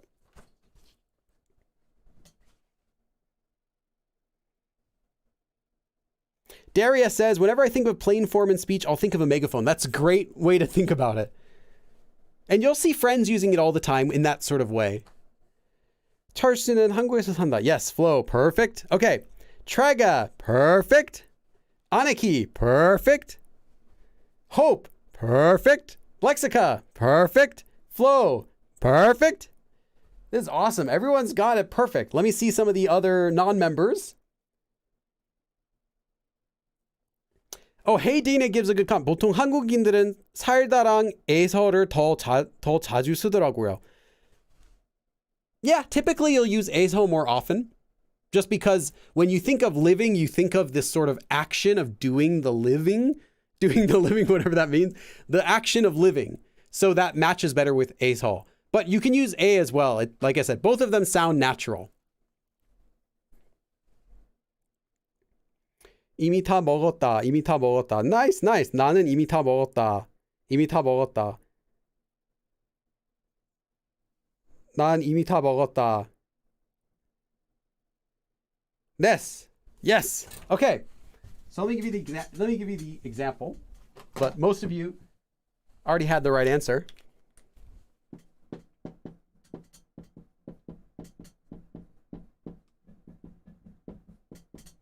I wrote that messily. Let me write that again.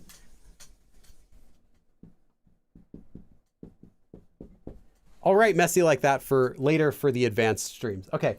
이미 already 다 all 먹었다. So I ate it all already. Or more naturally, I already finished eating it. 이미 다 먹었다. So your friend's like, hey, where's the last slice of pizza? And you want to pull out your megaphone and say, I already finished it. It's done. Everyone, I finished it. 이미 다 먹었다. That's how you do it. But again, in speech, when it's used like that, directed at someone, it is 100% casual. So do not say 이미 다 먹었다 to your boss. Don't say it to strangers. Don't say it to people who you respect. Don't say it to people who you're not close with. And then even if you're close with them, you want to make sure that you're on casual speaking terms. Otherwise, it could be seen as rude. Flow. Perfect. Yeah, 벌써, you wouldn't say 벌써 about yourself, Hope. You could make the sentence 벌써 다 먹었다. You could make that sentence. It's perfectly correct. Already ate it. However, then you're no longer talking about yourself, since 벌써 shows surprise. So you're not going to say, whoa, I already ate it. When did that happen, right? You're not going to say surprise about something that you did yourself. So you wouldn't use 나는 벌써 다 먹었다. Like, it wouldn't make sense. It sounds awkward. You could say 이미, but 벌써 would be like someone else. Like, oh, they already ate it. Like that. So it's like already surprise. But yeah, if you like woke up out of a coma and you're like, oh, I already ate it, then I guess maybe you could say it. It still sounds awkward though to say. Since, yeah, it would have to be a surprise to you. Okay, next sentence. It will be okay. It will be okay. You only need one verb.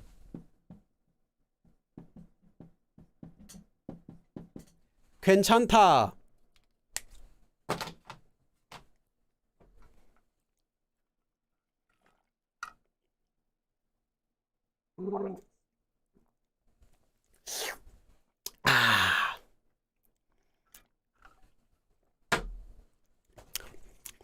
That's really sour. All of these caffeine drinks are so sour. Mafaz says to the boss, 이미 일 다 했다. 나 간다. Yeah. The boss could say that to the employees though. Like, all right, I already finished work. I'm going. Kind of sounds like the Steinbrenner, the character on Seinfeld. You know, the boss, George's boss. All right, George. It's got the flavor pockets. We need my calzones. Like that. That's kind of the feeling you get of using the plain form. If that helps. Think of that character. Now, the character from Seinfeld, you only see the back of his head. He's like, all right, we got to do this. Hey, you know, I had a great idea. One time I went to visit my friend and he was in Spain. Spain has some really great food. You know, like that sort of talking, you're announcing things. That's the plain form. If that character spoke Korean, everything he said would be in the plain form. Okay, let's see. Lexica. Oh, wait, who was first? Trago was first. 괜찮을 거다. Perfect. Aniki. Perfect. Lexica. Perfect. Hopegate. Perfect. What if you're reaching into the bag for another chip, but surprise, you already finished them? 벌써 다 먹어버렸네. 벌써 다 먹어버렸네. Yeah, I guess so. Yeah. 벌써 다 먹어버렸네. You would also use 버리다 on that, like to express your sadness about it. Not just saying, oh, I ate it all. Oh, I ate it all. 벌써 다 먹어버렸네. Like, oops. Whoopsies. Wow, I didn't realize I ate it all. I guess, so you're holding the bag and eating it while watching something and not realizing at all what you're doing. And then when you look down, it's empty. I think yes, but I'm going to give myself a 90% confidence on that. I would check with a native Korean to see if it sounds natural. It seems okay to me, but I'm not a native, so my intuition on something like that isn't going to be perfect, but I would say it sounds okay. If there's a native Korean in the chat, please let me know. I want to know what you think. But I would say it's probably okay. But you're not going to use it though in other situations. Okay, let's see the other examples. Yes, 괜찮겠다. 괜찮을 거야. Nope. That would be, your sentence is correct, but that would not be the plain form. 괜찮으리라. Yeah, if you're about 100 years earlier and go back 100 years, then yes, that is a correct sentence.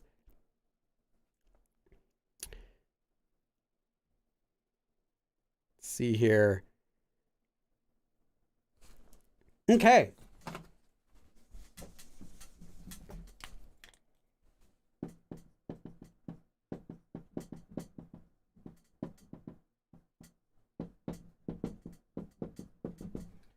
I'm just gonna leave it like this.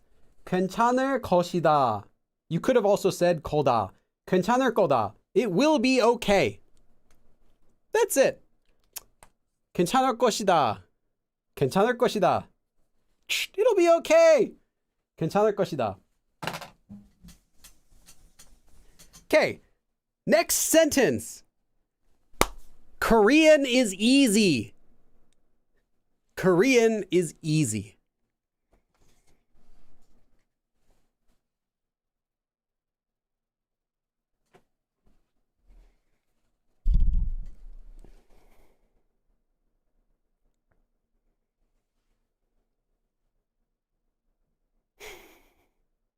Why do you make us lie? Asks Bula Sketches. It's not a lie. It's easy after you've spent 18 years plus studying it on a daily basis like me.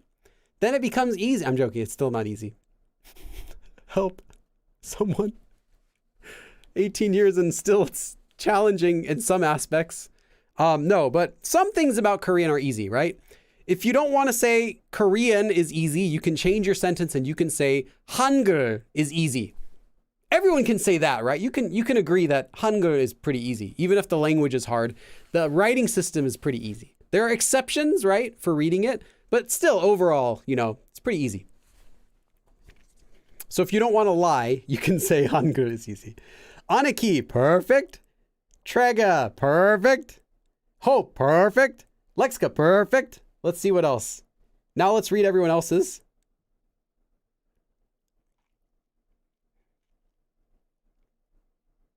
Nice, nice. Good, good. Jiaovu, nice. Oh, small typo jiaovu for the verb shipta, but the rest of your sentence is fine. Nice. Yes. Yeah, I am a Korean teacher, as you know. I've been teaching now since 2012, so this is my 11th year of teaching Korean, and I started teaching after I already considered myself decently fluent. I've still improved a lot though since then, but I could already have conversations and I was fine, mostly comfortable back then too. Still, there are challenging aspects of Korean, but the things that I'm teaching in these live streams are not those challenges. So they're things I experienced already. I had to go through, but they are no longer challenges to me, is what I mean. So you can do it. It just takes a long time, takes a lot of practice, and focus on the thing that you want to be doing in Korean earlier rather than later. So if your goal is to become good at speaking, then practice a lot of speaking. If your goal is just to be able to read, then practice a lot of reading. But know that just by learning speaking, you're not going to get good at reading. And just by learning to get good at reading, you're not going to get good at speaking. You have to practice the things you want to get good at. And yeah, it takes time, but you can do it. You can do it better than me. I mean, don't compare yourself to me, but if you're going to anyway, anyone can learn Korean to my level or better.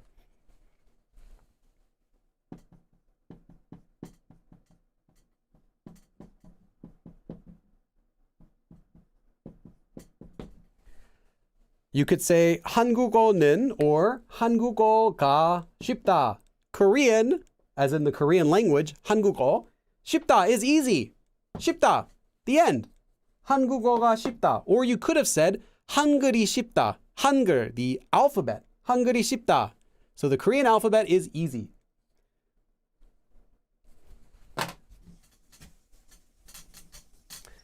Okay. I need to take a thumbnail image really quick. So let me see what I can do for the thumbnail.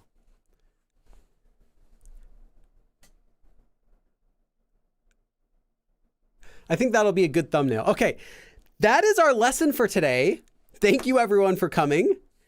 If you have any questions, now is the time to ask. So I'm going to take questions about plain form or anything related to Korean. Again, this is the last live stream until December. So there are no live streams during November. I will be in Korea. Sorry, there are no live classes in Korea. I might do a live stream, but there are no classes like this during the month of November. Okay, so let me check the chat here. Hey, Dina asks, have I ever taken the TOPIK test before? I have not. I've seen the questions. I've actually helped someone prepare for the TOPIK. I could take it. Would I get a 6? With a little bit of vocabulary practice, because they have there's like some TOPIK specific vocabulary that they use. Yeah, I think I'd be fine. But I haven't taken it because the score expires after like 2 years.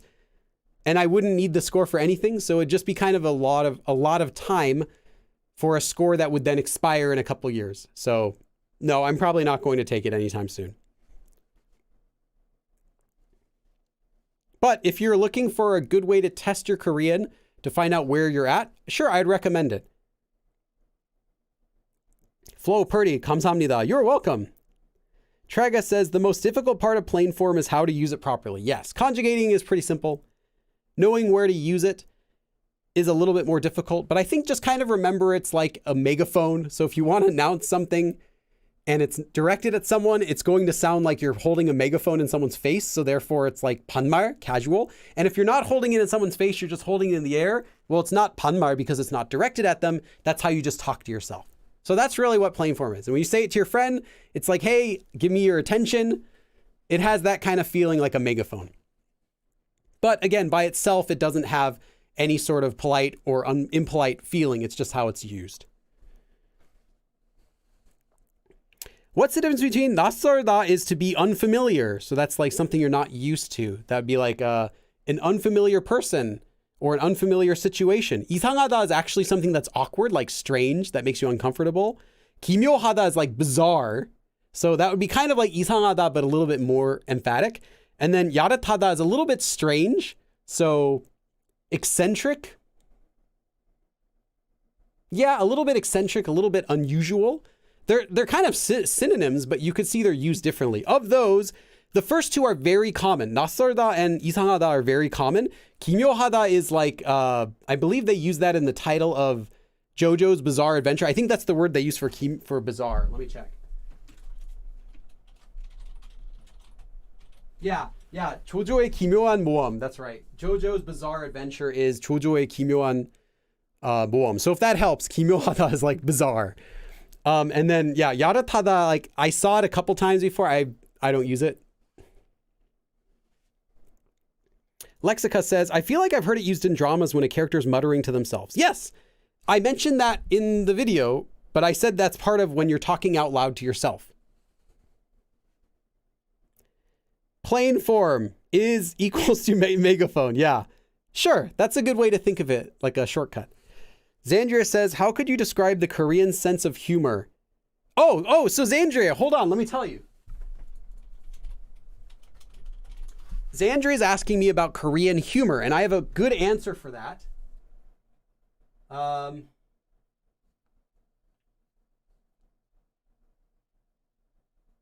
Oh goodness, the video.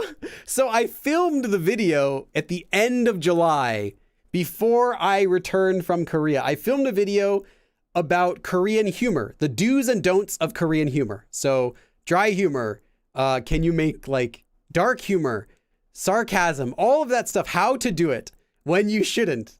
Like, for example, never make dark humor in Korea. It doesn't matter how funny you think it is. They don't like jokes about tragedies or, you know, people passing away or anything like that. It's very insulting. But I have a video all about like how to do sarcasm, when it's okay, when you shouldn't do it. And that video is not going to be uploaded though until January. I apologize because I have many other videos. I film and plan videos very far in advance. So that video is coming out in January. I can tell you the exact day, but it might get pushed because I'm going in this trip to Korea this time. So I might end up pushing it a little bit. Sometime in January though, you'll see a video about Korean humor.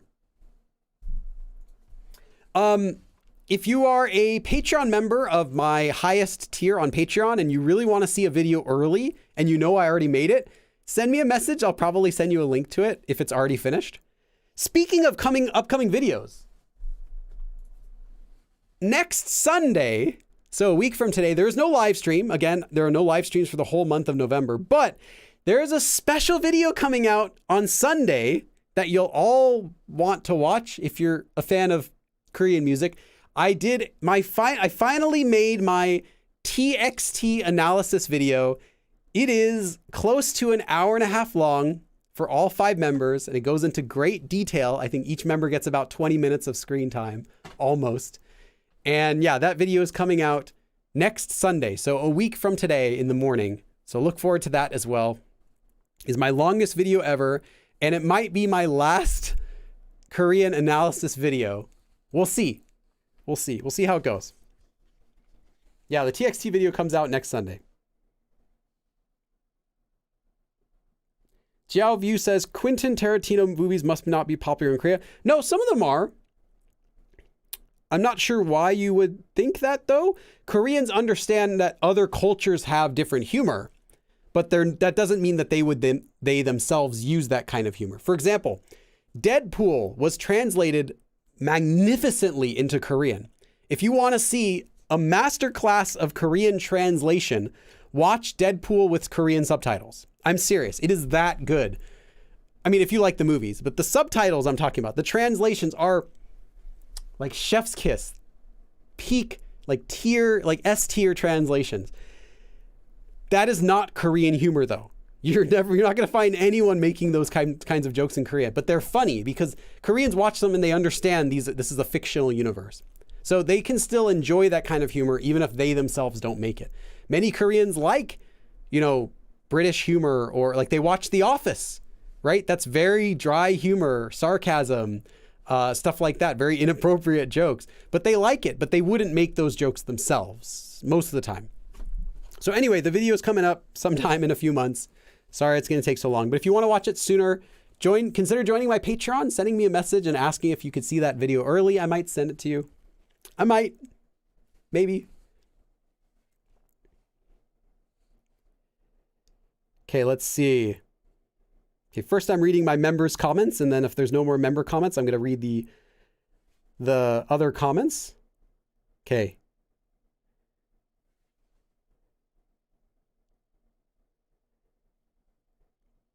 Bula Sketches says, I'm looking forward to that. That sounds really interesting. The TXT video. Yeah, I had fun making it. I always have fun making these ones, but this one especially was a labor of love. It was every day I would wake up.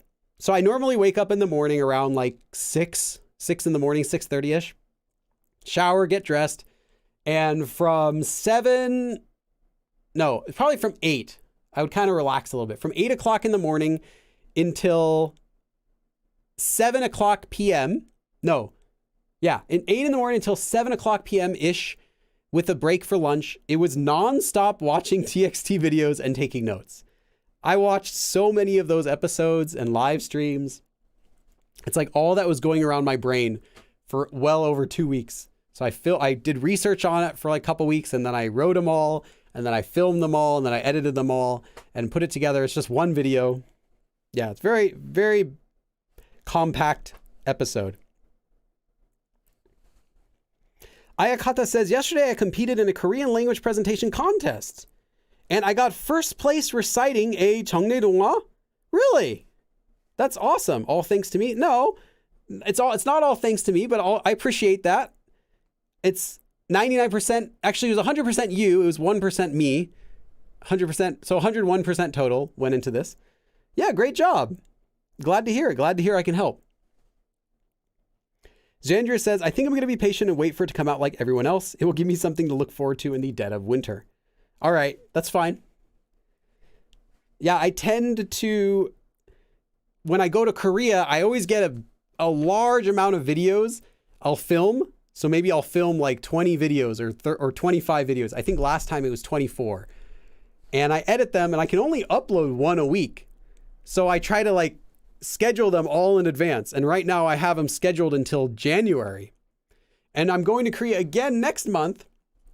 I'm planning on filming another, I think 8 videos there. Since my trip is so short, I'm only going to do probably 8. But then still I'll have to schedule those in. So sometimes that means I might have the video already ready like, 6 months in advance. But I forget about it, and then, like in this case, you'll see the Korean humor video will come out. Right now it's scheduled for the middle of January, but that might change because I'm going to have to push down my release schedule as I get more videos in Korea. So maybe February? Sorry, I wish I could put it up earlier, but I also have a lot of cool videos coming before that. Atraga asks, 아침에 샤워하세요? Yes, I do shower in the mornings. I wake up, shower. That's the first thing I do. Wake up and shower. Kind of helps wake me up. And then I'll sit at my computer doing this for like 30 minutes, maybe a good 30 minutes. That's why I don't start work until like 8-ish, because it's just my brain's like not ready. Relatable. Aniki says, what's the most specific Korean word you know? Most specific Korean word I know.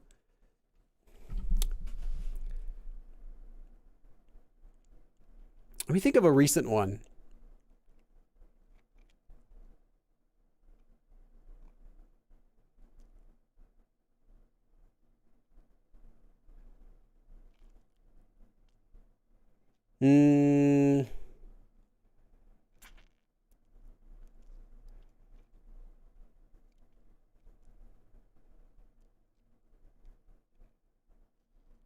I used to know, I knew this word a couple weeks ago, and I deleted it from my vocab deck because it was so useless.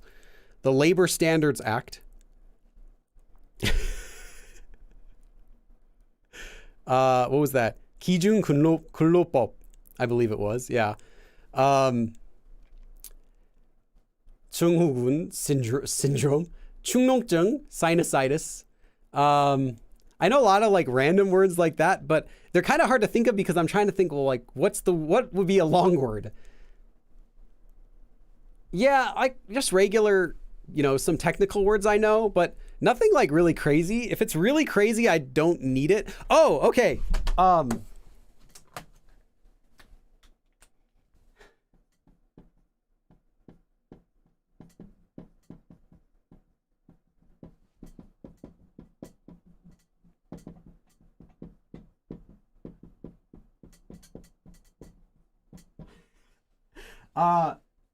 기체후 유향 만강 마법신조. Let me double check before I double check this because I don't use it, but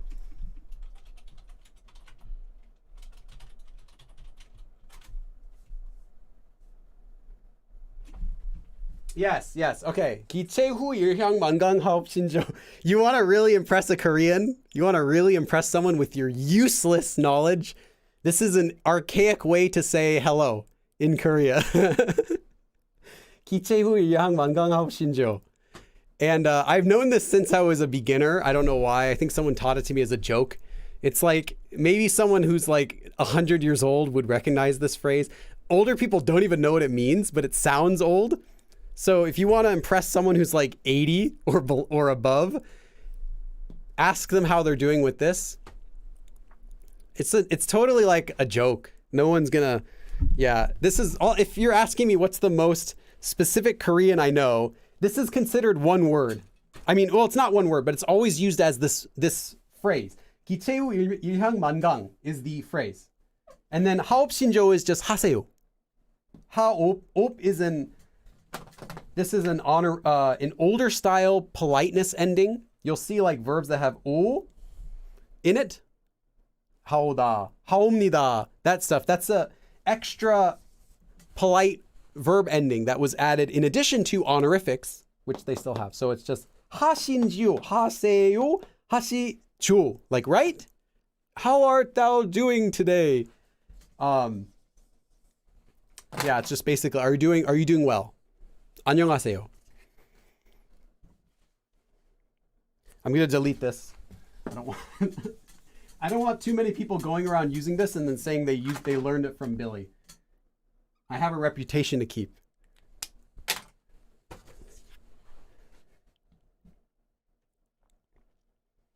Fala Du says, once you schedule them a year in advance, you can step up to 2 videos a day.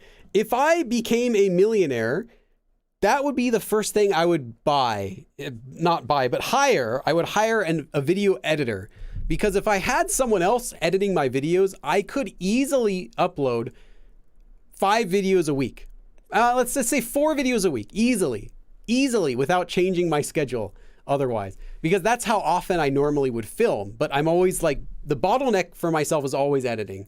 Even if I film like 25 videos in Korea, I'll spend like 3 months editing those. Where if I didn't have to edit those, I could spend in that 3 months, I can make another 25 videos. So I could upload double the content that I'm doing right now without even changing my the number of hours I work. Yeah, maybe someday. If there's any big spenders out there who've got $1 million burning a hole in their pocket, hire me an editor. A good one. You can buy an AI that edit your videos. No, that would not be possible. Aniki, great.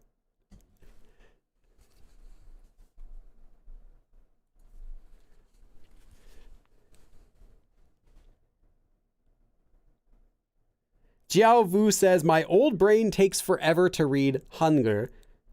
Oh, I see. You spelled it wrong, but you fixed it.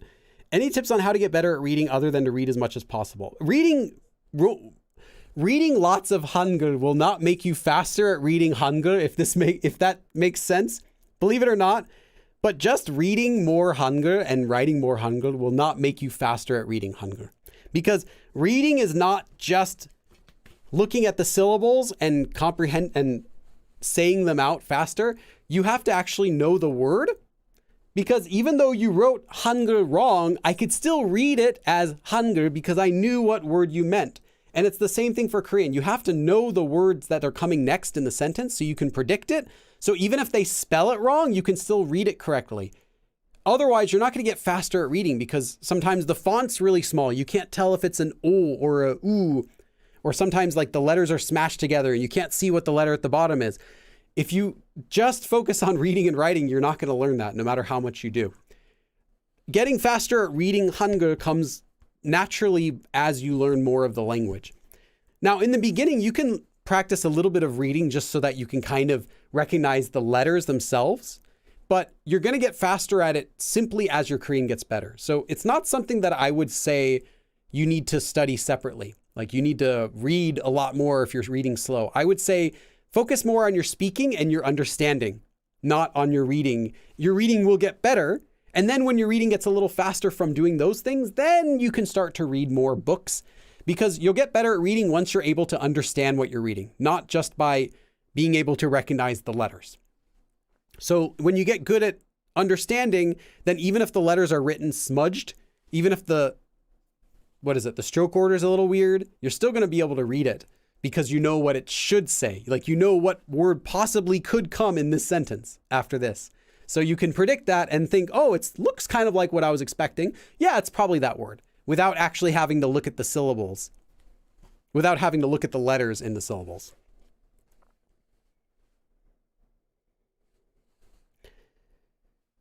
Yeah, Zandria. Yeah, AI is a quite hot topic these days, and it has a lot of uses and some disruptive uses. But for teaching Korean, I'm not worried about my job anytime soon. It's pretty horrible. It'll tell you something that's like 90% correct when you ask it a question.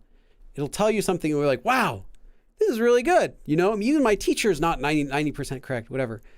But then it'll tell you something that's 100% wrong, but it'll be very confident about it as if it's 100% correct. And you'll read it'll tell you like 10 things and 8 of them will be correct and 2 of them will be wrong. But if you're not a fluent speaker already, or you can't recognize Korean where it's wrong or right, you're not going to know, and you're just going to write all that down, including the wrong stuff, because it's trained on the resources that are currently available out there for Korean. And I'll tell you that there are a lot of resources for Korean that you should not be trusting because they were not written by Korean teachers. Like, you might find, for example, a random Tumblr blog post about a Korean grammar form that's incorrect. Maybe they copied it from another resource and wrote the sentences wrong or misunderstood it.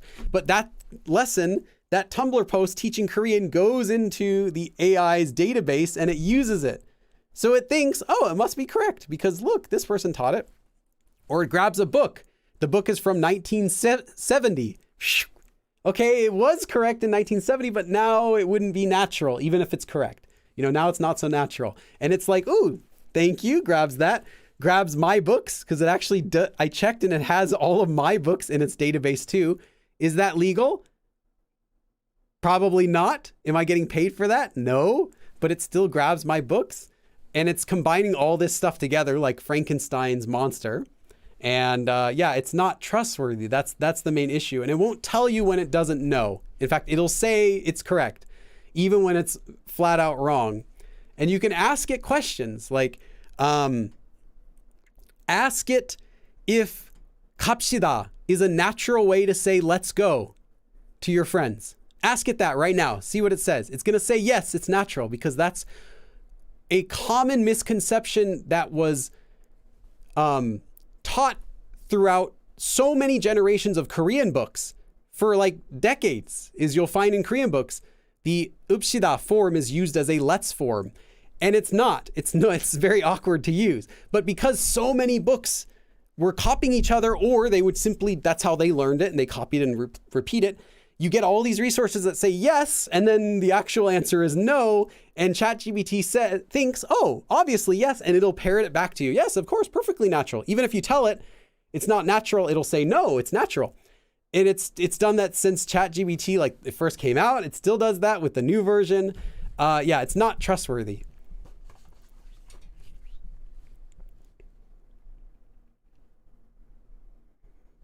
Okay, let's see. Hopegate says, would you recommend reading a book with a lot of unknown vocabulary? Yeah, you're going to read anything anything you read will have unknown vocabulary. So go ahead, no problem. I would try to do stuff that's not too far above your level though. So if you're a beginner or intermediate, I would say stick to something like web novels or webtoons. Don't go for novels. Like, don't try to read Harry Potter, because you can read it, but you're not going to get much out of it. You'll finish the books and then your Korean level is the exact same as when you started. Except now you know the word like 마법사 for like a magician or something like that. Yeah. Joe Turner, have a safe trip. Thanks. I hope so. I'm going to start packing. Actually, after I finish this stream today, I'm going to start taking out some of my equipment because it takes me like a week or two to get everything together.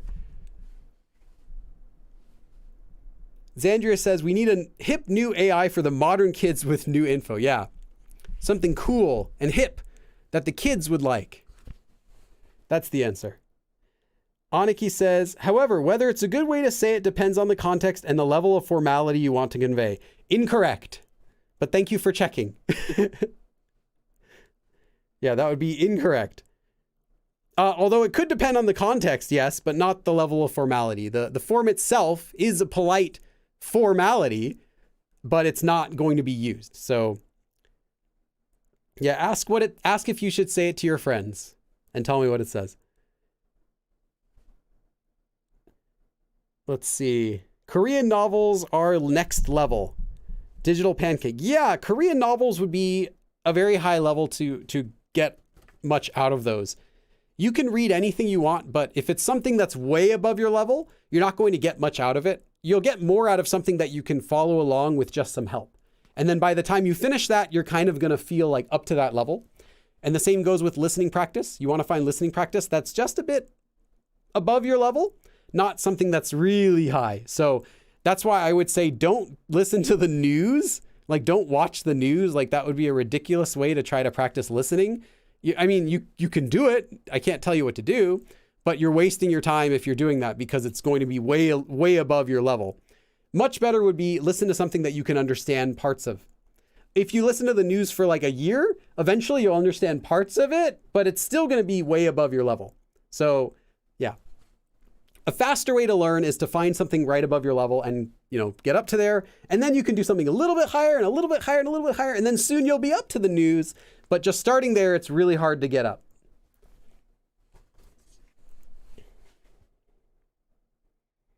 Yeah, Aniki. Yeah, that's funny. Yeah, it'll say that because, like I said, that was a common mistake that every Korean book, not every Korean book, not everywhere, but mostly would perpetuate that because other people were all saying that. So it must be true. And the teachers would say, oh yeah, it sounds right. Yeah, I'll teach it too, without actually thinking about it being awkward now.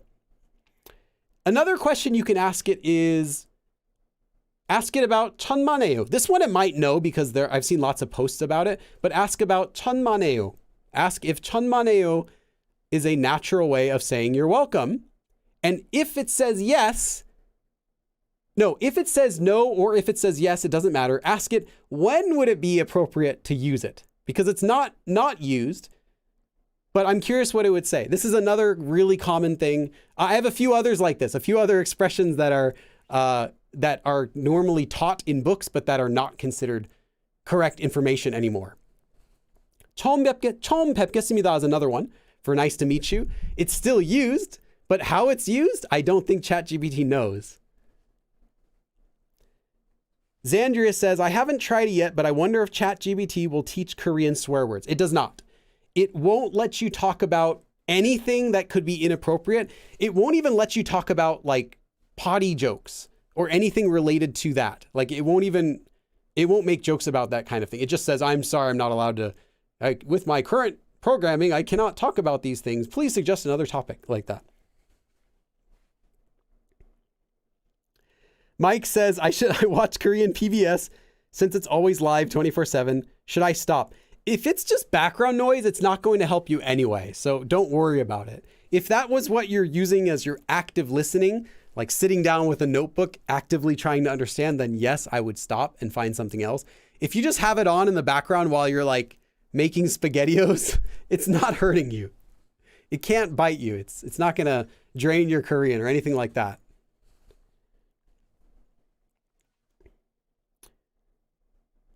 Sandra says, yeah. Traga says, so where can we learn swear words? So, yeah, maybe in another dimension you would learn it from me. I almost went down that route.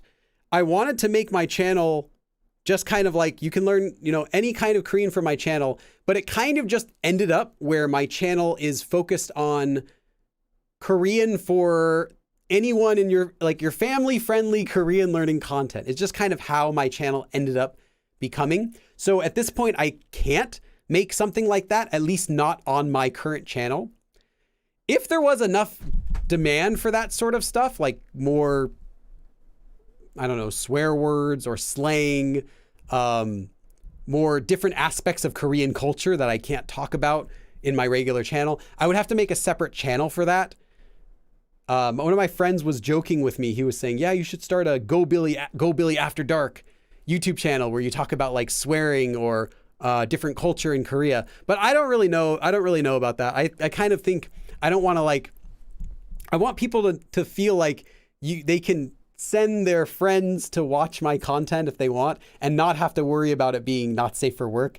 That's kind of my attitude about my brand, I guess, as you call it online. So probably not, but someone else I'm sure can.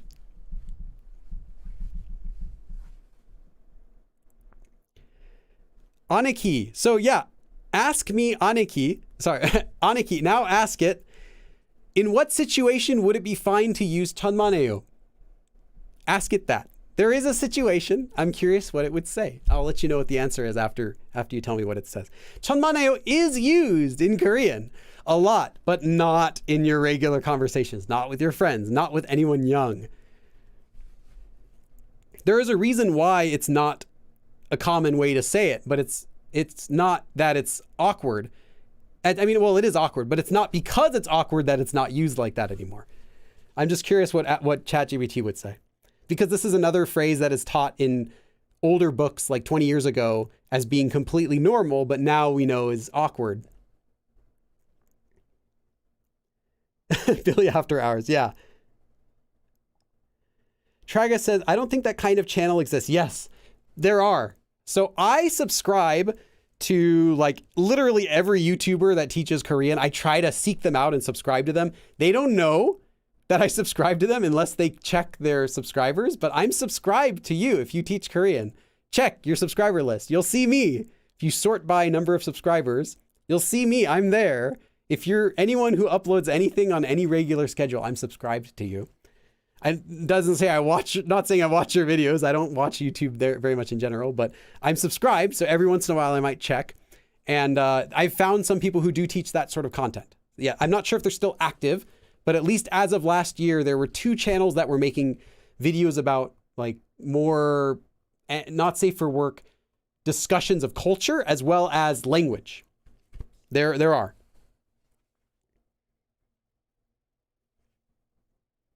Billy is so wholesome. Well, that's kind of the image that I guess just kind of developed for my channel.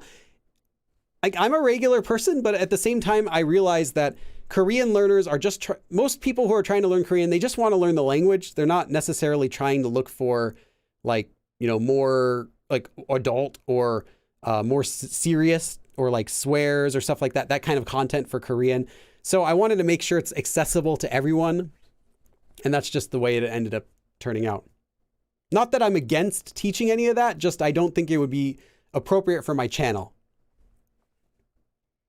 If you want to learn it though, you can book a session for tutoring when I have tutoring open, and you can say, hey Billy, teach me like a bunch of swear words. I'm like, oh, okay, I guess if you want to, but I wouldn't do it on my channel. I don't think it would be appropriate. Aniki says, when you want to convey deep appreciation for someone's assistance or support. Did it say that? Yeah, that's okay. So the answer is 천만에요 was the standard way to say you're welcome in Korean. And it's totally natural if you are over the age of 60-ish. If you ask someone who's over the age of 60, is 천만에요 natural or unnatural? They're going to say, oh, it's fine, because that's what they said. That's what they say for you're welcome if they want to be polite. It's only not natural anymore because it's an older expression. It's less common, but it doesn't have like a special nuance to it. It sounds awkward now. Oh, you are very most welcome. It kind of sounds like that. Another one would be 처음 뵙겠습니다 for nice to meet you. These days people say 반가워요 or 만나서 반가워요 or like 반갑습니다 or something like that. But 처음 뵙겠습니다 is another way that means nice to meet you. You can also find it in older textbooks. It's not wrong, but it has a similar type of feeling. It is a much more polite way of saying nice to meet you, but it's too polite and it's no longer used so much because it's an older way of saying it. But if you were to say that to someone who's much older, like older than 60 or whatever, it sounds very nice. Sounds like you're being extra respectful to them. So yeah, it's like not completely it's not completely awkward. It's just that it's not used much anymore.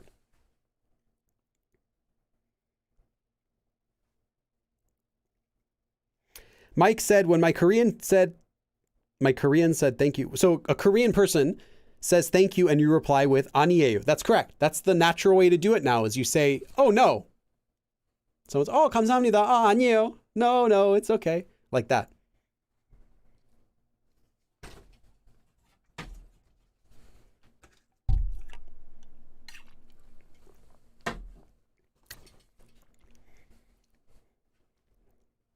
Aniki says, knowing swear words might be useful to know when someone curses at you. That's how you learn swear words, is by people cursing at you. I'll be like walking down the street and I'll hear someone say something about me and it has some swear word in it. I'm like, well, I learned a new word today when I was in Korea.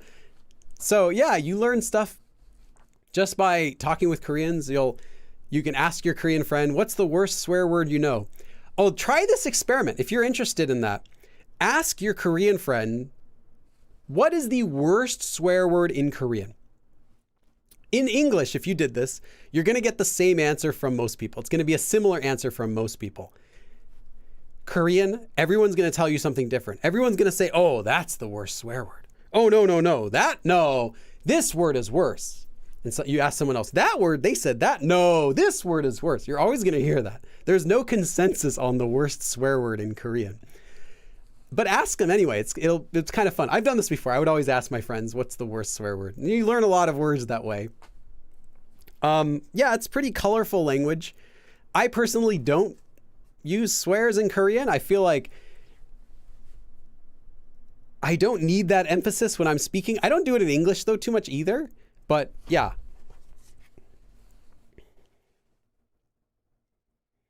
I tried to ask them, but most of them are too shy to share that kind of words. Really? You need some more friends. The very first Korean word I learned from a Korean person was a swear word. And after he told it to me, I said it back to him, and he was together with another Korean lady. It was at our school. And the Korean woman, I can't remember how old she was. She looked at him and she's like, I could tell she was angry at him. Like, why did you teach the foreigner that word? Yeah.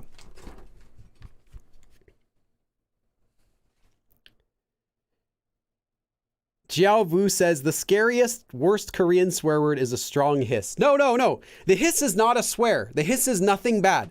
The hiss means one thing. I don't know. I'm thinking hard. That's what the hiss means. It doesn't mean I'm angry. It just means I am thinking really hard. So someone might say, oh, do you want to meet tomorrow? You're like you're thinking really hard. It means no, but you're thinking really hard about it. It could be, I'm exaggerating, but you could do, yeah, I think it's okay. Yeah, I think we can meet tomorrow. But it's just a thinking hard sound. It's not any sort of swear. It's not showing anger or anything like that. It's fine. Zandria says, be very careful pronouncing the number 18 in Sino-Korean. Yes. Especially if there's no context. If you just yell out 18 in Korean, it doesn't matter if you say it perfectly. It sounds like you're swearing. So yeah, be careful about that. I'm not going to go over why. You can ask ChatGPT why. I'm sure it can tell you that sort of thing, like something that's just information about something. It's fine about giving you that. Let's see. Kelly asked a question. I practice speaking Korean regularly, but I feel my accent isn't getting any better. Do you have any tips to sounding more natural? Accent is something that's difficult to change, no matter how good or poor your Korean is. There are people I know who have very poor Korean, but very good accents, and vice versa.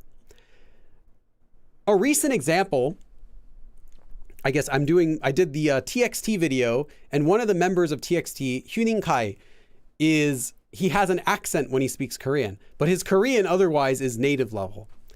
And he speaks Korean all day, every single day, but he still has an accent. So why does he still have an accent? The accent is just something that's going to follow you. If you want to get rid of it, which I'm assuming you do, you need to do shadowing. So shadowing it doesn't have to be like sitting down and listening to something and repeating it back. You normally do shadowing anyway throughout the day. When you hear someone say something and you repeat it back to yourself in your head, the same way that they said it, like you're playing back a recording. But traditionally, shadowing would be doing that out loud. You listen to something, you pause it, you say it back in the same way that they said it, exactly as close as you can, as if you're singing a song. You're mimicking their tone, the type of voice they have, male or female voice, like everything about their voice, you're trying to say it like you're a tape recorder. And then you play it back again and check and do it again. That's shadowing. And that's how you can improve your accent. And you'll do that anyway, just by having lots of conversations with people. Listening to what someone said and then playing that back in your head is a form of shadowing as well. But it takes a long time. So I'm doing that. I've done that with my accent. I think my intonation, my pronunciation has gotten a lot better than since when I was first studying Korean. I sounded much worse than I do now. In Korean, I can sound decently natural, and it's from a lot of shadowing. But that's how you would do it. It still takes a lot of time and effort though. But you don't need to care about that. You can just speak with your accent and people will still love you. They'll still like that.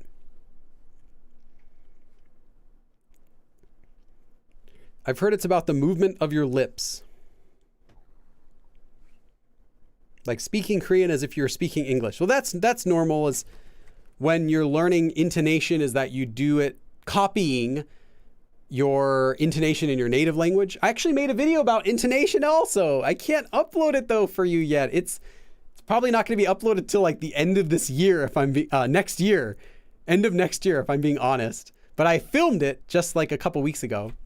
And it's about all of the rules for Korean intonation and Korean tone and all of that stuff. It's really good and I'm really excited about the video. I really wish I could upload it right now, but you'll have to wait. I use ChatGPT for asking the meaning of hanja. Just use a dictionary. I wouldn't, like I said, I would not trust ChatGPT any farther than I can throw it. It's a fun toy, but it's not for learning. If you already knew the answer, you don't need ChatGPT because you already know it. But if you don't know the answer, you won't know where it's telling you wrong things. So use it for fun. Like, you know, try to practice having a Korean conversation with it. Like a person. Sure, that's fun. Like a conversation partner. Ask it for like funny Korean jokes. And then you can check them online. Like ask it for fun ideas for things you can do in Korea or tips on how you can study Korean. All that's fine. But don't ask it for actual questions because you won't know when it's telling you something wrong.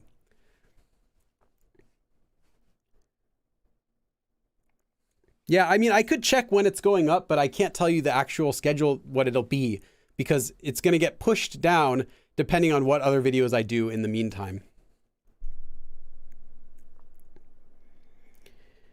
Enormosaurus asks, any streams planned for Korea? Yes, I am planning on doing a stream while I'm in Korea, but I can't promise yet because the trip is, I had said it's only 12 days, including the time I'm arriving there and packing and leaving. It's all in 12 days. So it's like 10 days of stuff, but then it's like 9 days because I have to unpack and then pack again. So it's 8 days. But I will try in those 8 days. I'm going to try to take one day for a few hours and do a live stream while I'm there walking around Korea. Eco says, I need that intonation video right now. Yeah, if you are a Patreon member in my highest tier, message me. Maybe I'll send you the link to that one. I think it's a really good video. I'm proud of it. But it's far down on the list. And I have many other videos. I have like 15 videos prepared already for the Korean FAQ series. And it's going to be just one a week while I'm in Korea. So it takes a long time to go through them.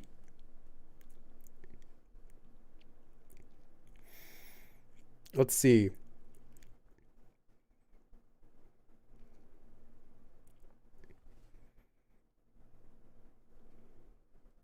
Traga says, how do we message you on Patreon? There is a message feature, but if you can't find it, just message me on Discord.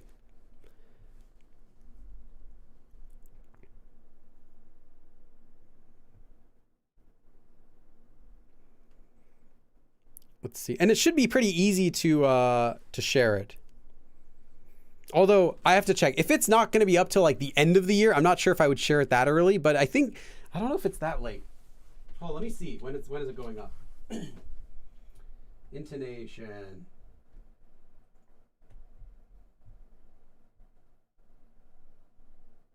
Oh yeah, right now, even if I didn't film any other videos, it's not going to go up until the end of February.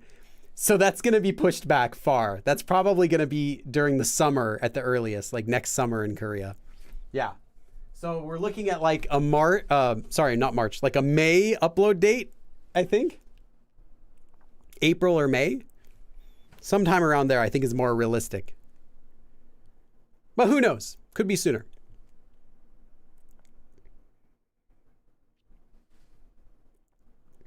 Mike, 안녕히 계세요. Yes, you did. You said it perfectly.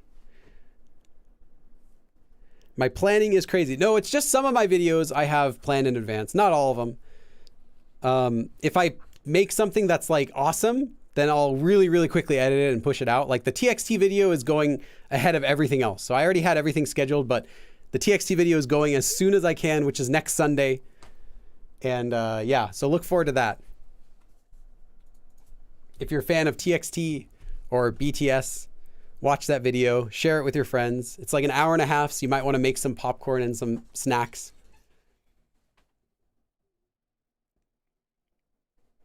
I don't even know what I'm going to do tomorrow. Yeah, I do. I know what I'm going to do. I have my entire next month already set for most of the things I'm doing. Not everything, but yeah, I can look at every single day for next month. There's something for every single day already.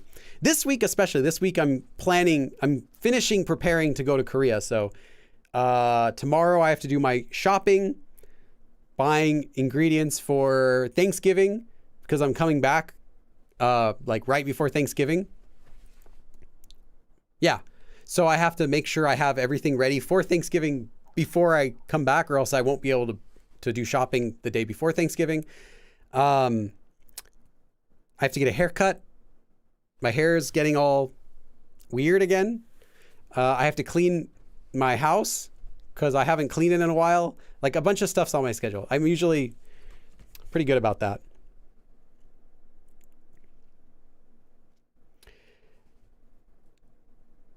Koreans would sometimes respect literal objects, but they won't say "저" in plain form. Technically, they're not really showing respect to the object, although they are, but like that's not what they mean. What they mean is they're showing respect to the person who owns that object. So you wouldn't use the honorifics for the object itself, but you would use it in referring to the person's object, like the person's eyes or the person's bag or the person's something. Then it's okay, but not for just the objects. And that's more of a recent usage. So that's, yeah, I actually talk about that in my books as well. And there's my Master Politeness Levels course also talks about that sort of usage. But yeah, it's kind of funny, but that's how it works. Okay, that's enough for today. Thank you everyone for coming. Again, there is no live stream next Sunday, but watch for the TXT analysis video, which will come up next Sunday in the morning. I think 6 a.m. in Pacific time, so Los Angeles time. And if you have any other questions about today's lesson, you can message me. I will be on Discord. I have a Discord. Come join, hang out there. I'm always there, always reading the messages. You can also get the outline for today's stream on Patreon, as well as the worksheet for today's stream, which is already up there. That has an additional 8 or 10. Yeah, additional 8 or so sample sentences for plain form that you can do. But yeah, get the outline as well if you're on Patreon, which has all the explanations and conjugations and all the sentences and everything we did today is on this paper, which is on Patreon. Thank you everyone for joining me, and I will see you again next time. Actually, I'll see you again when I'm in Korea. 그럼 다음에 또 봐.